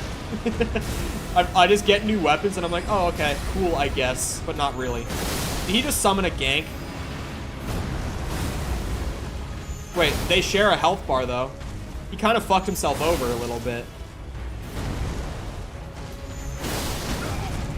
I don't think I hit both of them with that. Bitch. That seems... MP5 was the meta? Oh, dude. MP5 feels good, iconic. It does feel good. But, like, it's just not the best gun anymore. Hold on, I just want to go back to the Grace and see. I'm literally right at the end of the bridge, so, like... I just want to see what those do, and I think I can afford a level as well. With 86k. Maybe not, but I might be able to. Hold on. Level up. I can.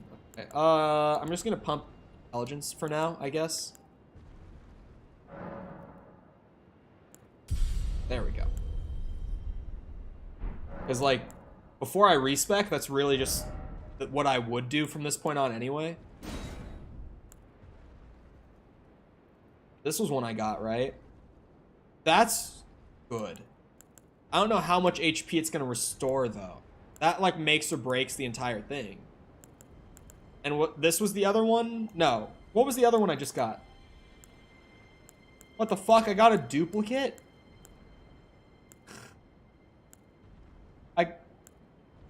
One of these is what I just got. Yeah?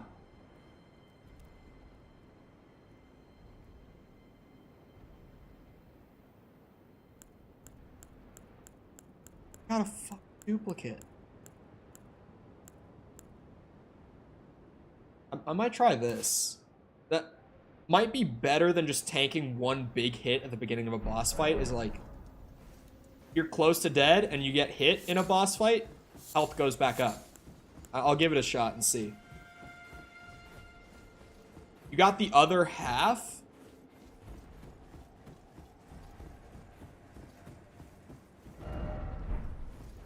So... But what? That doesn't make sense. Can I put them together?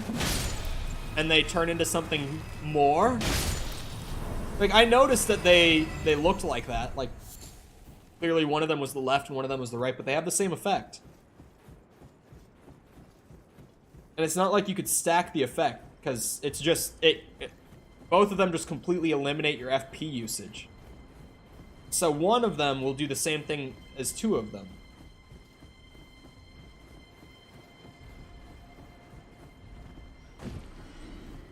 Get 100% FP back? Don't you get that anyway? Because I tried it out when I first got the half forever ago, and it just completely didn't use any FP.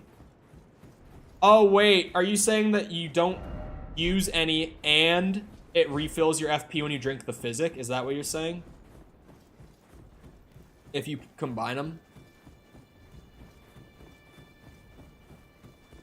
That's probably what you're saying.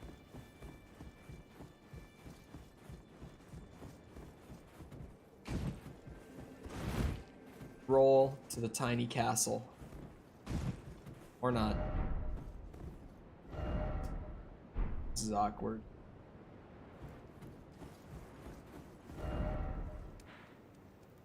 Hey. Oh, hello.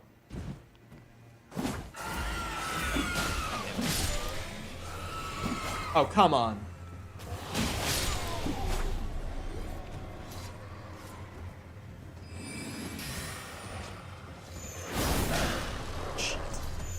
Chop. Reach. One half restores 50% of your HP. Another half tops off another 50. Oh wait, were they both the... I thought it was the one that negates your usage. Not the one that restores half. Never mind. I thought it was a different tier. I just got mixed up.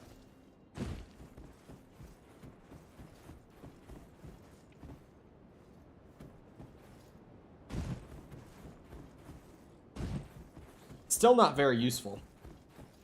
Am I wrong? Like, I pop my physic before a boss fight or before just a really strong enemy so that, like, I have a lasting effect for the duration of the fight. Like, I don't pop a physic mid-fight to try to get my FP back. Like, I have these for that. Am I dumb for this one, or... I don't feel like I'm dumb for this one, but there's always that chance. Maybe it's just like a differs depending on playstyle thing. Like, maybe I just use my physic differently than other people do. That is so dumb. Fort Morning is so dumb. Can't believe it.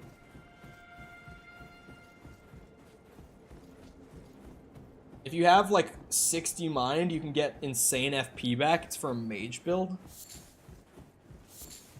I guess. Okay, hold on. Let's go back to this one. I gotta go across the invisible bridge, I think. This way.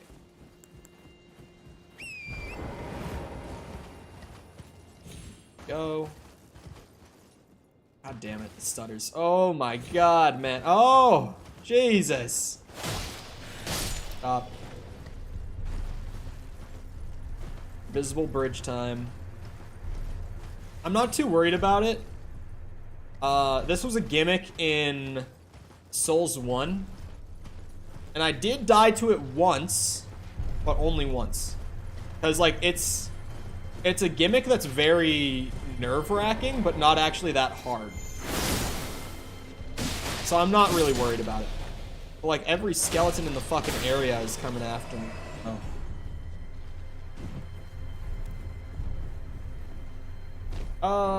I probably do. I, like, mark the way. Rainbow stone. Look like these. There's a note here. Like, these show for other players as well, because in Souls 1 they have like this exact item, but it shows for other players. Is this just for me, or does this show up in other instances of the game? I'm not seeing the queue anywhere else. Oh, but I'm seeing bloodstains.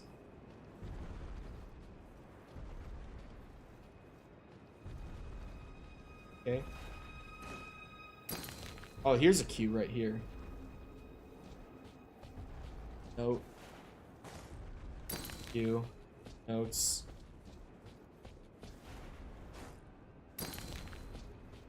Notes. Skull. Note. Note. Ding.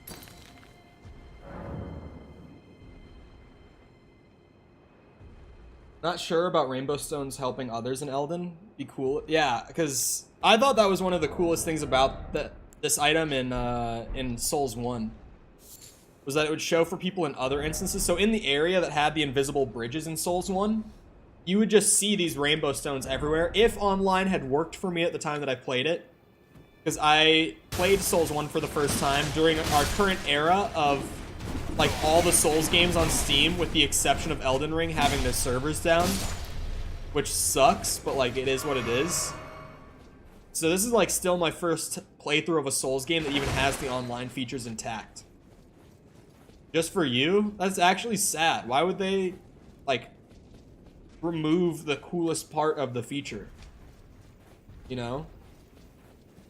I don't know. Maybe I'm the only one who thinks that that's really dope, but for an area like that, it's really cool to have like a consumable item to guide other players, not just to be a marker for you. Because when it's a marker for you, it's like marginally helpful.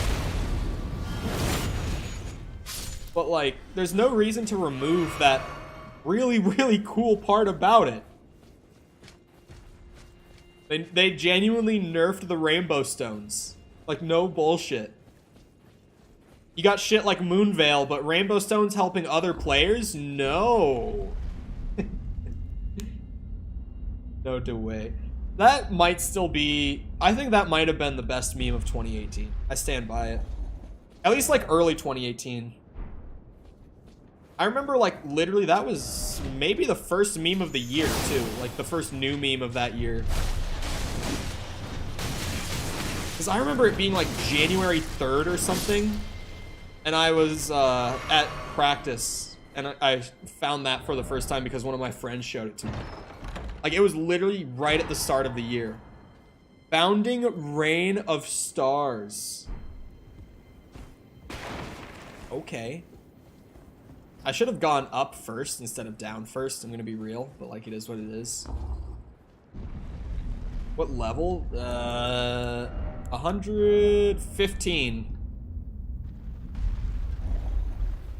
Down the stairs. I'm willing to bet that I take over your Me6 score thingy within 3 months. You probably will. I haven't seen it being used. I'm not at a grace. I would have checked how much intelligence it requires. Because I'm sitting at like 45 right now. Oh, yeah, thanks, dickhead.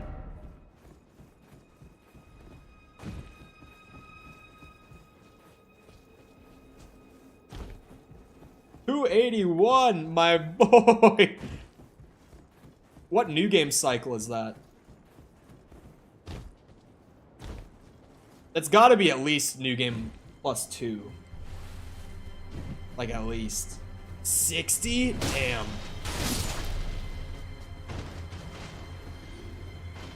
No, I appreciate it, but for my first playthrough, I'm doing, like, no summons, no help, or anything like that. I just want to, like, get the proper experience the whole way through.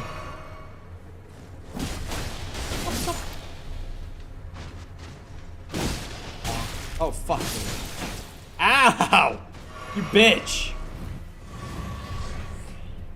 These guys with the bows have managed to stay consistently annoying through to this point in the game. Because just if you ignore them for a second, just for 1 second, and you just forget about them, they'll just start stacking those arrows on you like that. It's like, oh, I'm almost dead. Fucking hate them. In a good way. There was that part when I first found them. It was like at the magic school, like pretty early on. And there's like that one ledge that has like fucking 3 of them or something, just all right next to each other in a line. That was miserable. I don't know who placed them there like that. That's awful. Like placing one of those in the back of like a group of melees or something, that's understandable.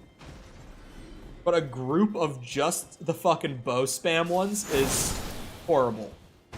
Can't believe you'd do that to me. I'm wondering if that page that said the snow uncovers something unseen also still applies to like something else here. Wait, I didn't even realize that I'm out in like a whole new area entirely. Is this area, is this region larger than I think? Because it's really oh, boss circle, let's go. What is it? 5 times with the same character? Okay, so that's new game +3? Well, new game +3 completed, so +4, I guess. Bitch. Wow, you are squishy. Oh, my boy was not ready for the Moonvale. Okay, he has a flask. That'll keep him in it, I guess.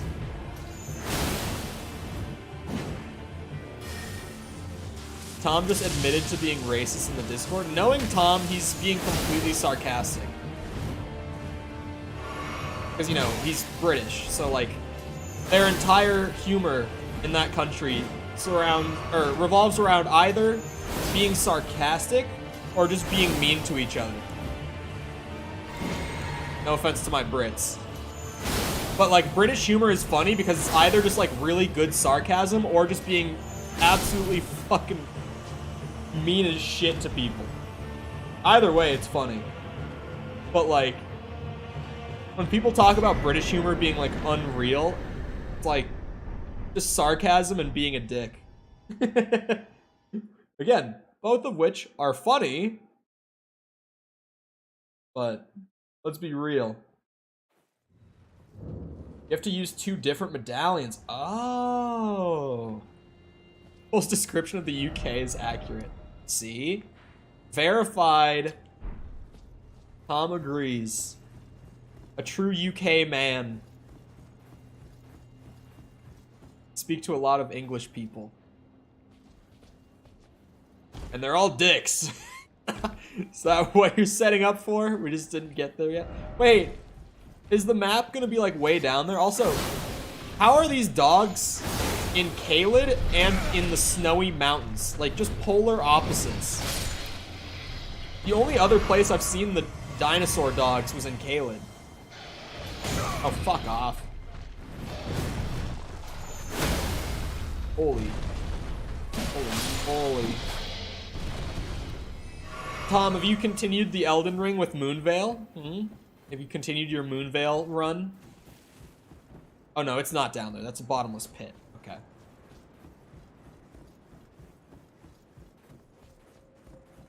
Wait a second. I gotta go through the castle to get there. And went past both a church and a boss fight. I did the circle.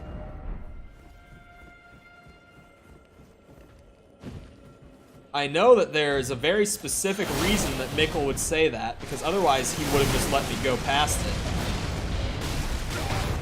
I know what reason it is, so I will turn back.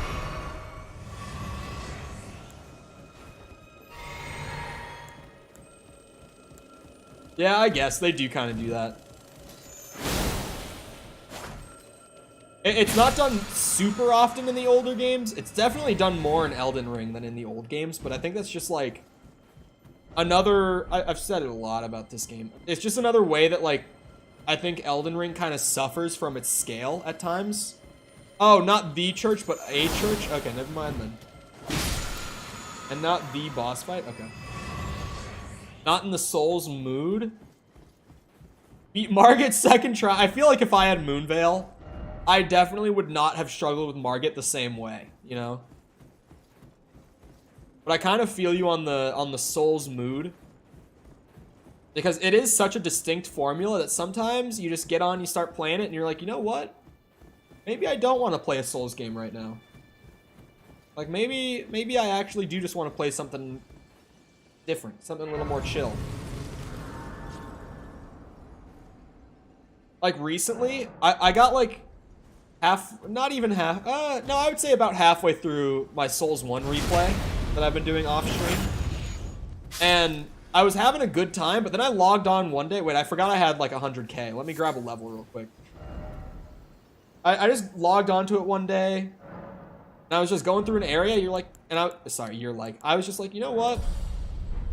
I would rather go play Devil May Cry right now. I did. And now I'm like more than halfway through S ranking DMC 5 on just one of the difficulties, but I'm like halfway through the campaign, S ranking all of it, because I'm a gamer. Because I like pain. DMC 5's S ranks are really easy though, to be fair. The real pain, for anyone who's played Devil May Cry, they will know on this one. At least if they've ever tried it, they'll know. And if you haven't tried it and you're a DMC fan, try it and you will immediately see what I mean. The real pain is trying to double S rank the missions in DMC 3. As much as I love DMC 3, that challenge borders on like not being fun. Like normally I really like trying to S rank all the missions in those games. But trying to double S rank the missions in 3 is like, oh my god. The problem is, to double S rank a mission in DMC 3, you have to get an S in all 5 criteria that the mission rank is judged on. So it means that you have to, like, normal or special? Special. Like, normal edition is fine for what it is, right? It's still a great game, but, like, special. So, oh, you're asking because of the difficulty, though. I was like, why would you ask to clarify? I was trying to think of why you were clarifying. Because of the American difficulty. So on normal. Or no, sorry, on special edition. But I got, like, halfway through S ranking... just normal double S ranking, just normal difficulty as Dante. And I was like, fuck this. You get to the second half of DMC3 and it's like, it's not worth it. It's just not. But you need to get, like, the speedrun time.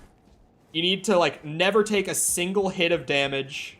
Because 1 hit of damage on normal drops you down to a B rank immediately. Just taking 1 hit of damage from, like, a standard enemy. Like, even just the combat fodder type enemies, they drop you down to B immediately in 1 hit. You need to keep your combos at S rank, like, the entire time. Like, S or higher. It's just not worth it, man. It's just not. Like, S ranks are fine. I could absolutely go through an S rank all of that game and enjoy it. But the fact that there's a mission rank above S rank makes me need the double S rank because it's the highest rank. And it's just not fun to do. So there actually is no way up. Do I have to go outside and find a different way up there? Clearly. Forgot about that. Harsh, doable, but harsh. Yeah, it's like... It's not impossible by any means. But needing to, like, speedrun the game, keep yourself stylish as shit the whole way through, and every single time you take a hit, restart the mission. It's fun for a bit. I will say it's enjoyable at first, but you do enough of it and you're just like, okay, I'm just not having fun anymore. And you just drop it. Although, actually, you know what's even worse than trying to double S rank DMC3? Not difficulty-wise. Because, like, double S ranking DMC3 is definitely the hardest, like, challenge mission rank-wise that I've tried. But you know what's just worse all around? Is trying to S rank DMC2. I've done it. I haven't done it as in I've completed it, but I've tried. I got through, like, mission 5 trying to S rank all of DMC2 just on Dante, because I can't be asked to do both discs. I just can't. I was just gonna do Dante's. And I got, like, 5 missions in. But even, like, mission 1, I maybe had to take, like, 8 attempts to just do mission 1. And, you know, it's the easiest out of the whole game. And on top of that, like, everyone knows at this point. Even if you haven't played, if you watch my channel and you've heard me obsess over Devil May Cry, because I have an addiction, I swear,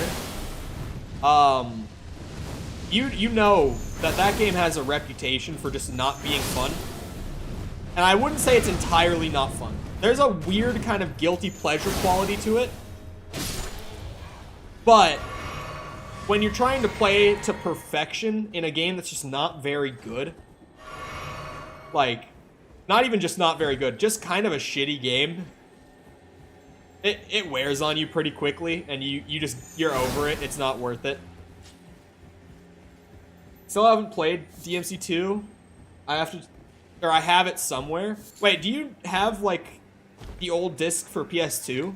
I kind of just assume that everyone's playing on, like, HD collection nowadays, because it's kind of just the best way to.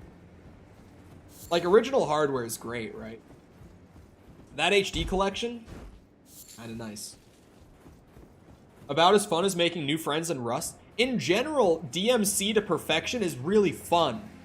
DMC2 to perfection, no. But I've been having a blast playing 5 again.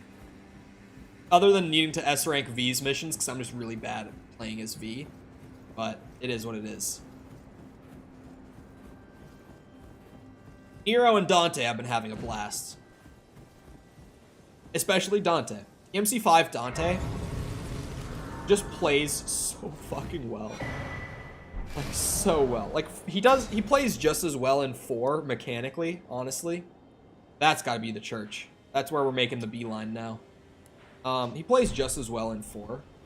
But 4 has its very well-known problems of, they only made half the game. So, when you play as Dante, you're just replaying Nero's missions and enemy combinations, so the game just is not designed around Dante at all. It's designed around the other main character. So Dante, like, even though he feels great to play, the missions that you play as him in aren't very fun because they're not designed with him in mind, really. Nero, ugh. Okay, I at first felt the same way where I was like, Nero, not a fan. But I have to say, more so in 5 than in 4, but also in 4, once you spend enough time playing with Nero, he just becomes so fun. It's weird coming off of, like, because I played the games in release order, because I only got into them a couple years ago. So I only got into the games like a year after 5 came out. But I said a year ago. I played DMC 1 in September 2020. That's when I started. And I finished 5 in like June of 21. So I finished 5 like a year ago. And that was the last one I played out of all of them, including the reboot. Oh, his character. In 4, he's insufferable. In 5, I like him. In 4, I get it.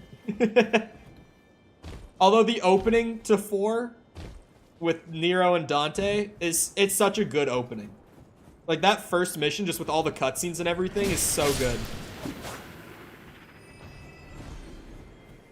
I feel like DMC is one of those games that, like, once I checked it out myself and I started paying attention to it, I realized that it's a much bigger franchise, like, sales-wise and everything than I had thought it was.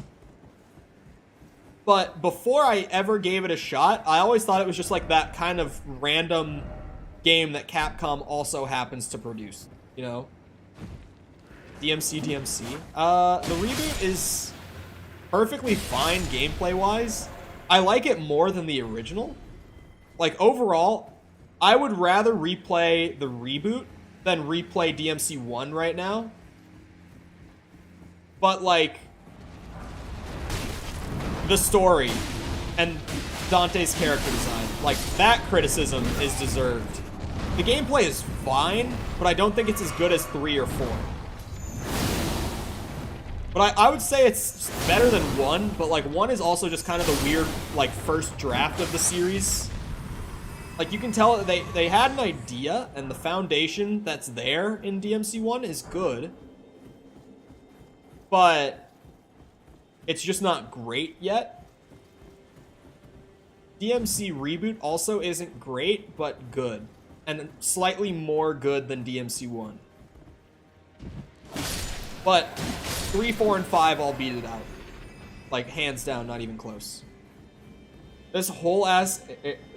this area is a whole ass Somber 7 farm, true. Yeah, like, the gameplay is fine. It's just lacking the depth that makes 3, 4, and 5 so, like, addictive to replay over and over again, you know? Because you don't replay the game just for, like, haha, stupid fun. At least I don't.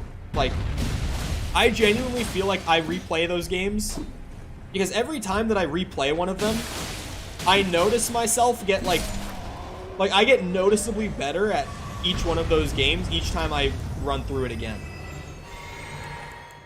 Like, I'm able to handle, like, Dante Must Die more easily each time. My combos look better each time. And even... this is something that might bring shame on my family. But I first played DMC 3 in, like, March of 21, right? Maybe a little earlier than that, maybe like February. So I first played it like a year and a half ago, right? And I shit you not, 3 days ago or so, I actually decided to like give Navon a good and proper shot for the first time, and I just loaded up mission 1 to try it out. Why have I never used Navon? I know what the answer is. And the answer is that like everyone else who tries the DMC games for the first time, even after I had played 1 and 2 and got to 3, and even by the time that I finished 3, I was still pretty shit at the game. Because the game's like... The thing with DMC is that they're not that hard. Streamer recommends, can you confirm? No. Streamer does not recommend, just use Tinder. It's probably better. And it probably won't steal a few $100s from your bank account, if I had to assume. Anyway.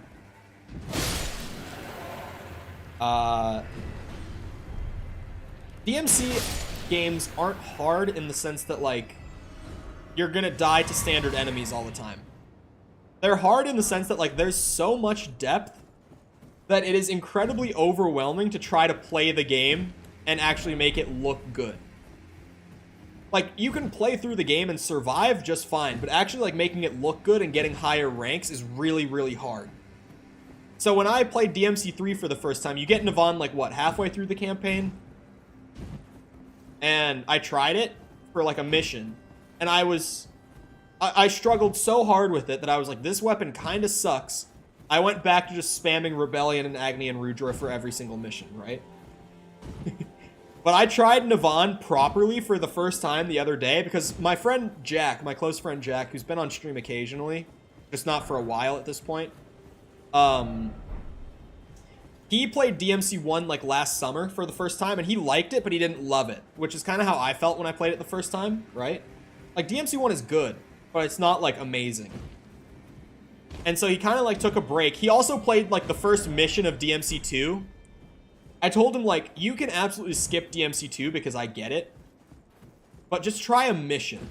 And he did, and he was like, what the fuck? And he dropped, like, he didn't come back to the series until just a couple weeks, or like a week ago. And he's been playing 3 for the first time, like, currently he's, like, halfway through it. And so seeing him play 3, because he streamed it to me on Discord for, like, his initial reaction to it, like, when he first started. Seeing him play it made me want to play a bit of 3, so I tried Navon out, and, like, just in that opening mission, like, tried the guitar solo thing, and just cleared the room with it, and instantly went from, like, a C combo to a triple S. And I was like, holy shit. And then I went back and bought some of the upgrades for it, which I had never bought before because I didn't use it. And then I gave it another run with, like, the move where you can slide into them and then turn that into a guitar solo and shit. And I was like, oh my god, this is the most fun weapon, and I never even gave it a proper chance. For reference, for people who don't know the game, the weapon that I'm talking about is an electric guitar that shoots purple lightning and bats out of it when you play on it.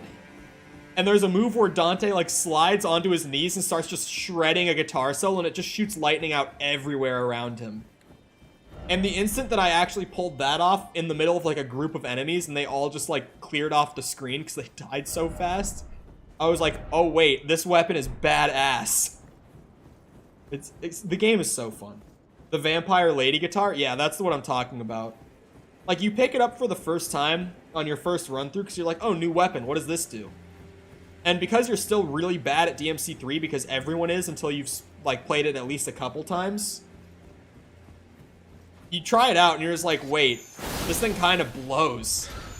And it's funny because, like, at that point in the game, you've got that sort of effect where you think that you're better than you are because you've gotten a grip on things. So you're like, oh yeah, I'm pretty good at the game by this point. So you actually think that the weapon just sucks. You don't realize that the weapon is amazing, but just has, like, a super high skill floor. It has not even just a high skill ceiling, like, the skill floor is really high with the guitar as a weapon. Like, you have to have a very good grip of the game's basic mechanics and, like, how to pull off combos right and everything to even use it, like, well at all. But, yeah, after I gave it a shot again the other day, now that I've played, like, probably, like, 30 hours of DMC 5, probably, like, 20-some of 3, I gave it another shot on the guitar weapon, and I was like, oh my god, why have I never used this thing? And now I feel like I've gotten hooked on 5 again because Dante with the style switching and shit is just way too much fun in 4 and 5, and I can't. Like, I can go back to 3 and love it still, but like in 4 and 5, Dante is just so much more fun than he is in 3. My god, don't kill me. So it's like, you can go back and have fun in 3. Like, you absolutely can. But the whole time, at least for me, there's the thought in the back of my head that's like, I wish I could switch between Swordmaster, Royal Guard, and Trickster, and like just all on the fly, like I can in those games. And to be fair, I'm on PC, and I know that there's a mod that exists that actually just adds style switching into the HD collection version of 3. I just haven't ever put in the effort to actually go and get it though. I might someday, but I haven't done it. And I definitely should. And since I've talked about DMC for like 10 minutes again, which happens amount on stream, this is another moment where I'm going to say to everyone that if you have not played a Devil May Cry game, pick up the HD collection on sale. Summer sale on Steam, especially if you're on Steam, is like right around the corner. And I can pretty much guarantee you that the DMC HD collection will be like 15 bucks at most. And it's 3 games, all of which are, well, 1 and 3 are incredibly replayable. 2 is there. 2 exists, but it's 15 bucks for a couple really good games and DMC 2. So definitely check it out. You'll get your time worth, your money's worth out of it time-wise. Like, if you've never played a DMC game, you can start anywhere as far as trying them. I just very highly recommend that you start with the original.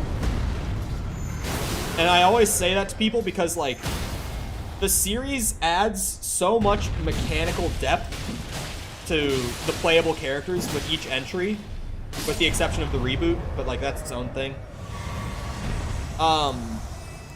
That it genuinely, like, even if you start with the original and just work your way through in order, you're still gonna feel overwhelmed by 3 when you pick it up.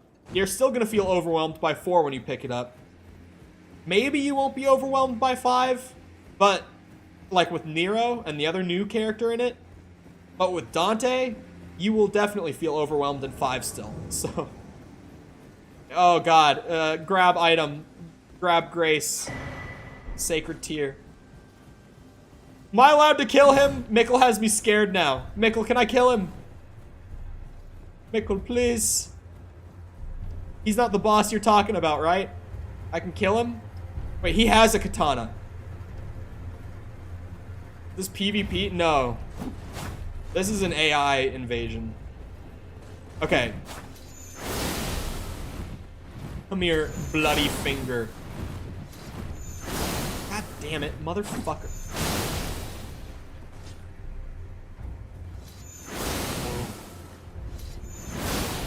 Give me the katana. I want it. I'm just now realizing. Oh! He's doing the thing. Here we go, chat. Probably, most likely, my last transient moonlight use of the playthrough. I gotta do it, though. Oh, fuck. Ah, he rolled through it. What a bitch. What a bastard. What an absolute menace. There we go. Good night, girl. There it is. Oh, and I got his mask. Okay, hold on. Let me go grab the grace. We gotta do the thing. That is what I've been waiting to find for so many hours. Ever since I got killed by it that one time, I have just wanted this katana for so long. He popped up and I was actually fucking nervous because Mikkel said if you kill a boss, it locks you out of getting the katana. Oh wait, no. Increase amount replenished. Oh. Also got that, which is nuts. I'm not even gonna buy the level right now because I'm gonna go respec, so. You have to level arcane to use? Oh, like for minimum? Yeah, you have to have 20 arcane to use. Can you two-hand it though?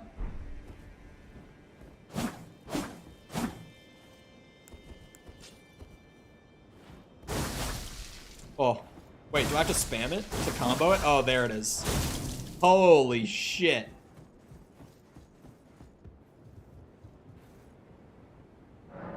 Don't use this katana before it's about the same level as Moonvale? What? Okay, hold on. I have to go to the school. Yeah, Renala's bonfire. Oh, ouchie. Oh, ouchie.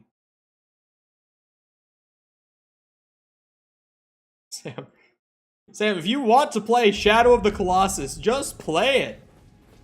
This man has been talking about Shadow of the Colossus for like 3 days. He's like, I don't know, it looks kind of fun. Art thou now assured of thy want to be born anew? I want to be born anew, smile. Now, bear this sweeting into life anew. Thanks, B. With the rebirth menu, you can spend... Wait. It's not gonna require my runes? I thought I would have to pay for my levels again if I did this. Whoa, whoa, whoa, whoa, whoa. I just want to go back to 50, okay?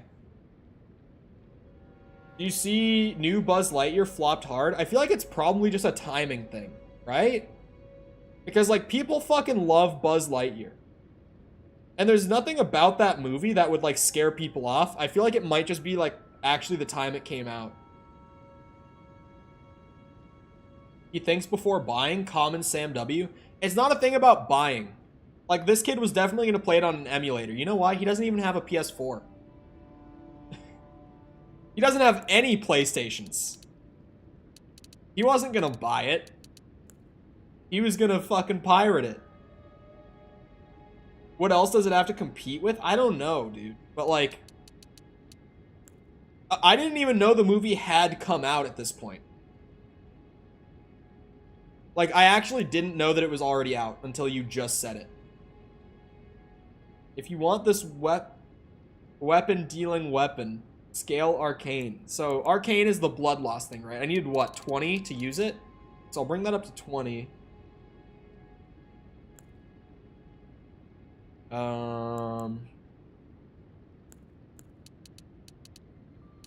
Bring Dex up to 20. Do I need intelligence? Probably not, right? You said it's a Dex Arcane Katana? I didn't look before I did this, so now I feel dumb. But it is Dex and Arcane, right?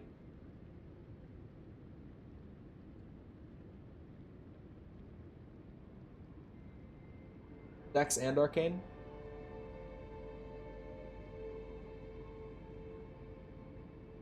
Arcane is the running stat? Yeah.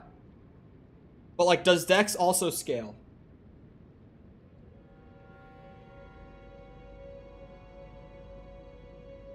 Good old cat voices Buzz. Yeah, I had heard about that. Which I think is interesting.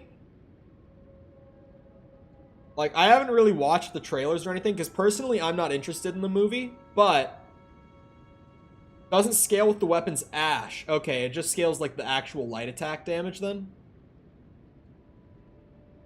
How many levels do I have left? Like, 20-some?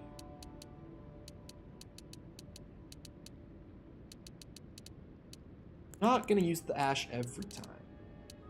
I don't think I need to go back to 20 endurance. I feel like that rounded out 110 stamina is probably plenty. DSR, Dark Souls remake, or Demon Souls remake. Which one? Dark Souls remastered or Demon? It's probably Demon Souls. Dark Souls is long, unless you're like actually speedrunning it. It would likely be hard. Dark Souls remastered? Really? You can do it in under 3 hours? I guess if you only just run between mandatories and you're a gamer, then yeah, I guess. Ash is the only thing making this katana broken, but I'm not literally gonna use the Ash every single time I swing.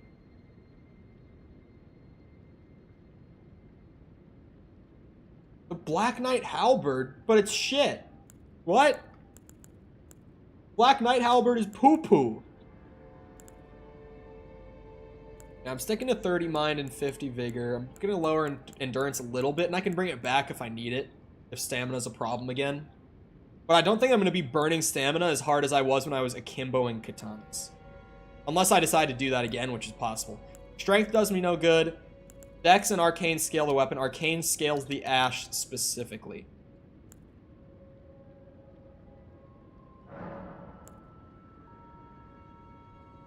I can work from there. Balled up. Oh my god.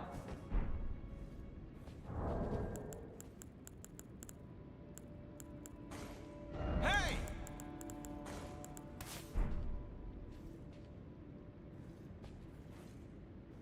Oh, that's nowhere near as funny as... Oh, there it is! Never mind, that is fucking hilarious. I like Top Gun.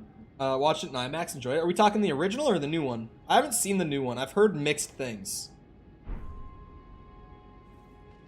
I haven't seen it yet. I'll probably hold off until it's like on a streaming service, if I'm being real. Because it's not like an MCU movie where it's like, you have to see it in theaters. Oh, there's a church there that I never went to. Fuck. I never even noticed it on the map. Maverick? Okay. Your new Transient Moonlight? Does it have that same sort of range? Like, it seemed like it had some range, but does it have a ton? Oh, never mind. That's a lot. It's not Moonvale range, but, like, that's pretty good. I've only heard great things. Really? A lot of people that I know who saw it were like, it was okay. My parents actually saw it, and they both... my mom thought it was fine. My dad said it was shit. And my dad was the one who was really excited for it. Oh, it's +0, my bad. I forgot that I could also still buy a level.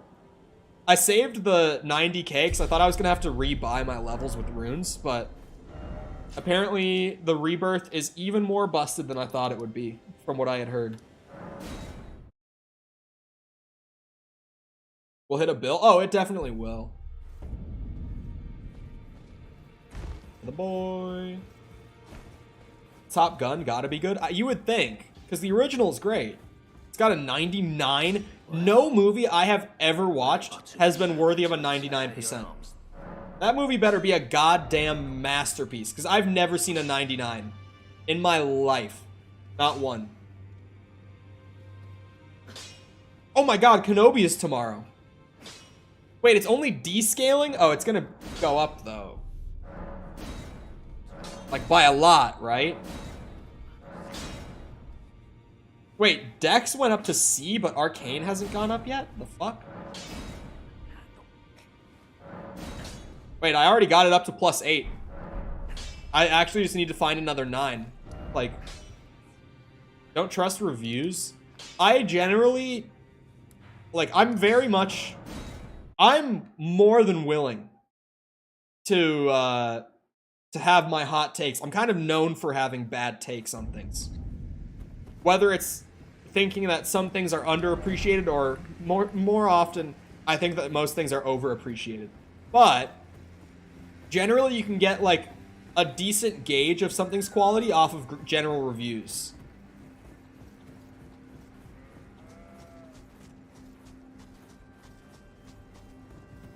"40-year-old Padawan." I thought he looked a little old, but I didn't think he looked insanely old. Although I will say, when I watched the episode, I thought it looked really bad. But then later on Twitter, I saw like my stream went down and went back up. Sorry, big skip. I just saw that my laptop said OBS reconnected successfully. I don't know what happened there.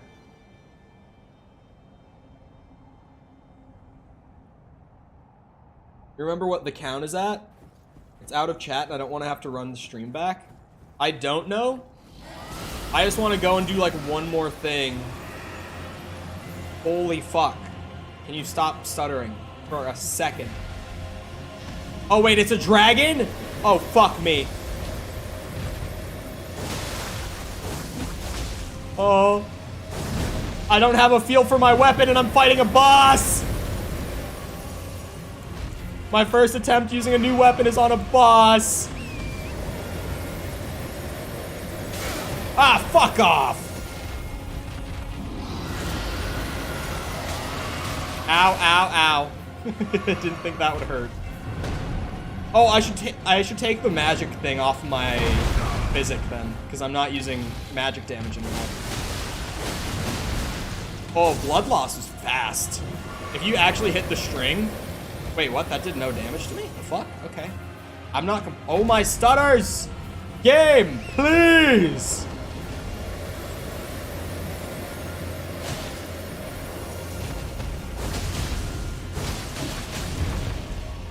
Oh my god. I can't win.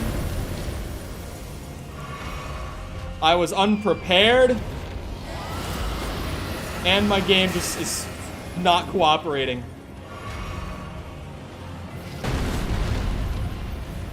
You dodged that? Was it the one, like, flurry that he shot out that I was just like, what the fuck?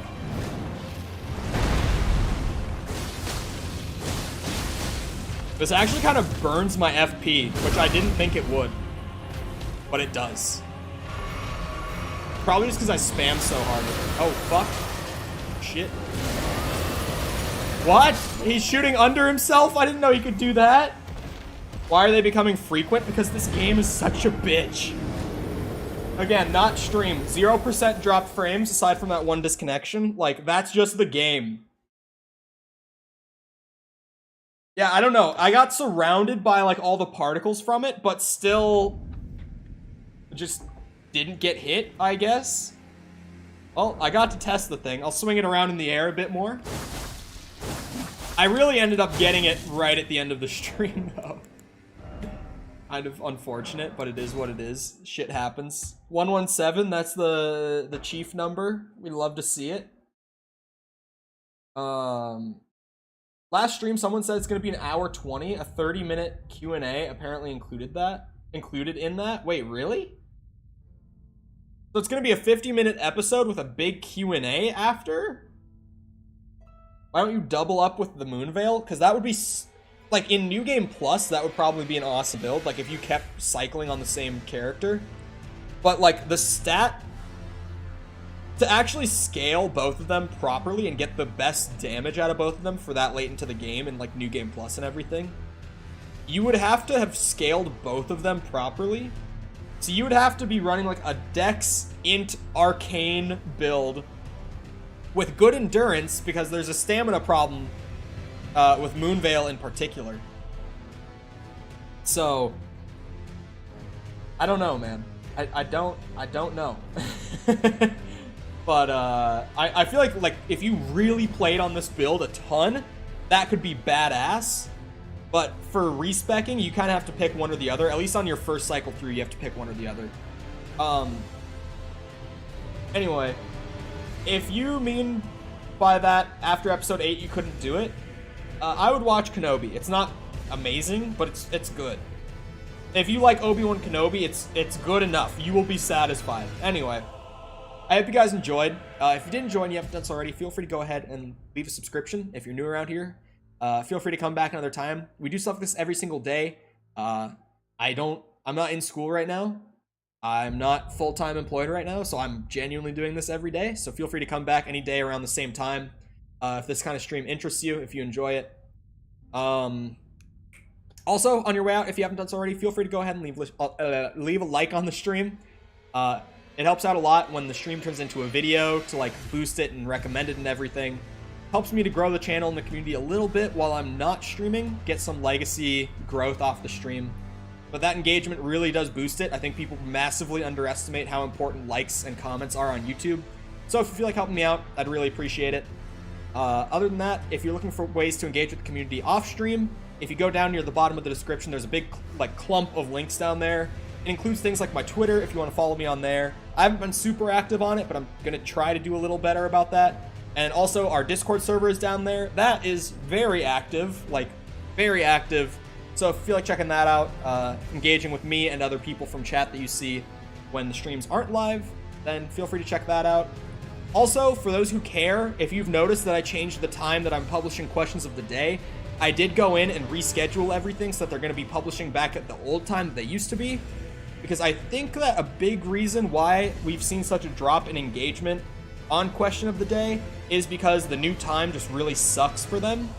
So I think I'm going to put it back and see if maybe that fixes our problem. I don't know, but we'll see. Hopefully it does, because Question of the Day is really fun, and obviously the more votes that we get, the better. So I'll see if that works. Hopefully. It might not. It might just be that, like, recommended isn't pushing community posts for me anymore, because, like, YouTube is YouTube. Algorithm kind of sucks sometimes, but hopefully, I think it's because of the time change, if I'm being honest about the Question of the Day in specific. Anyway, I'm rambling at the end of the stream now. Once again, I hope you guys enjoyed. I'll have you guys back here next time, and I hope you all have the rest of your day. Goodbye.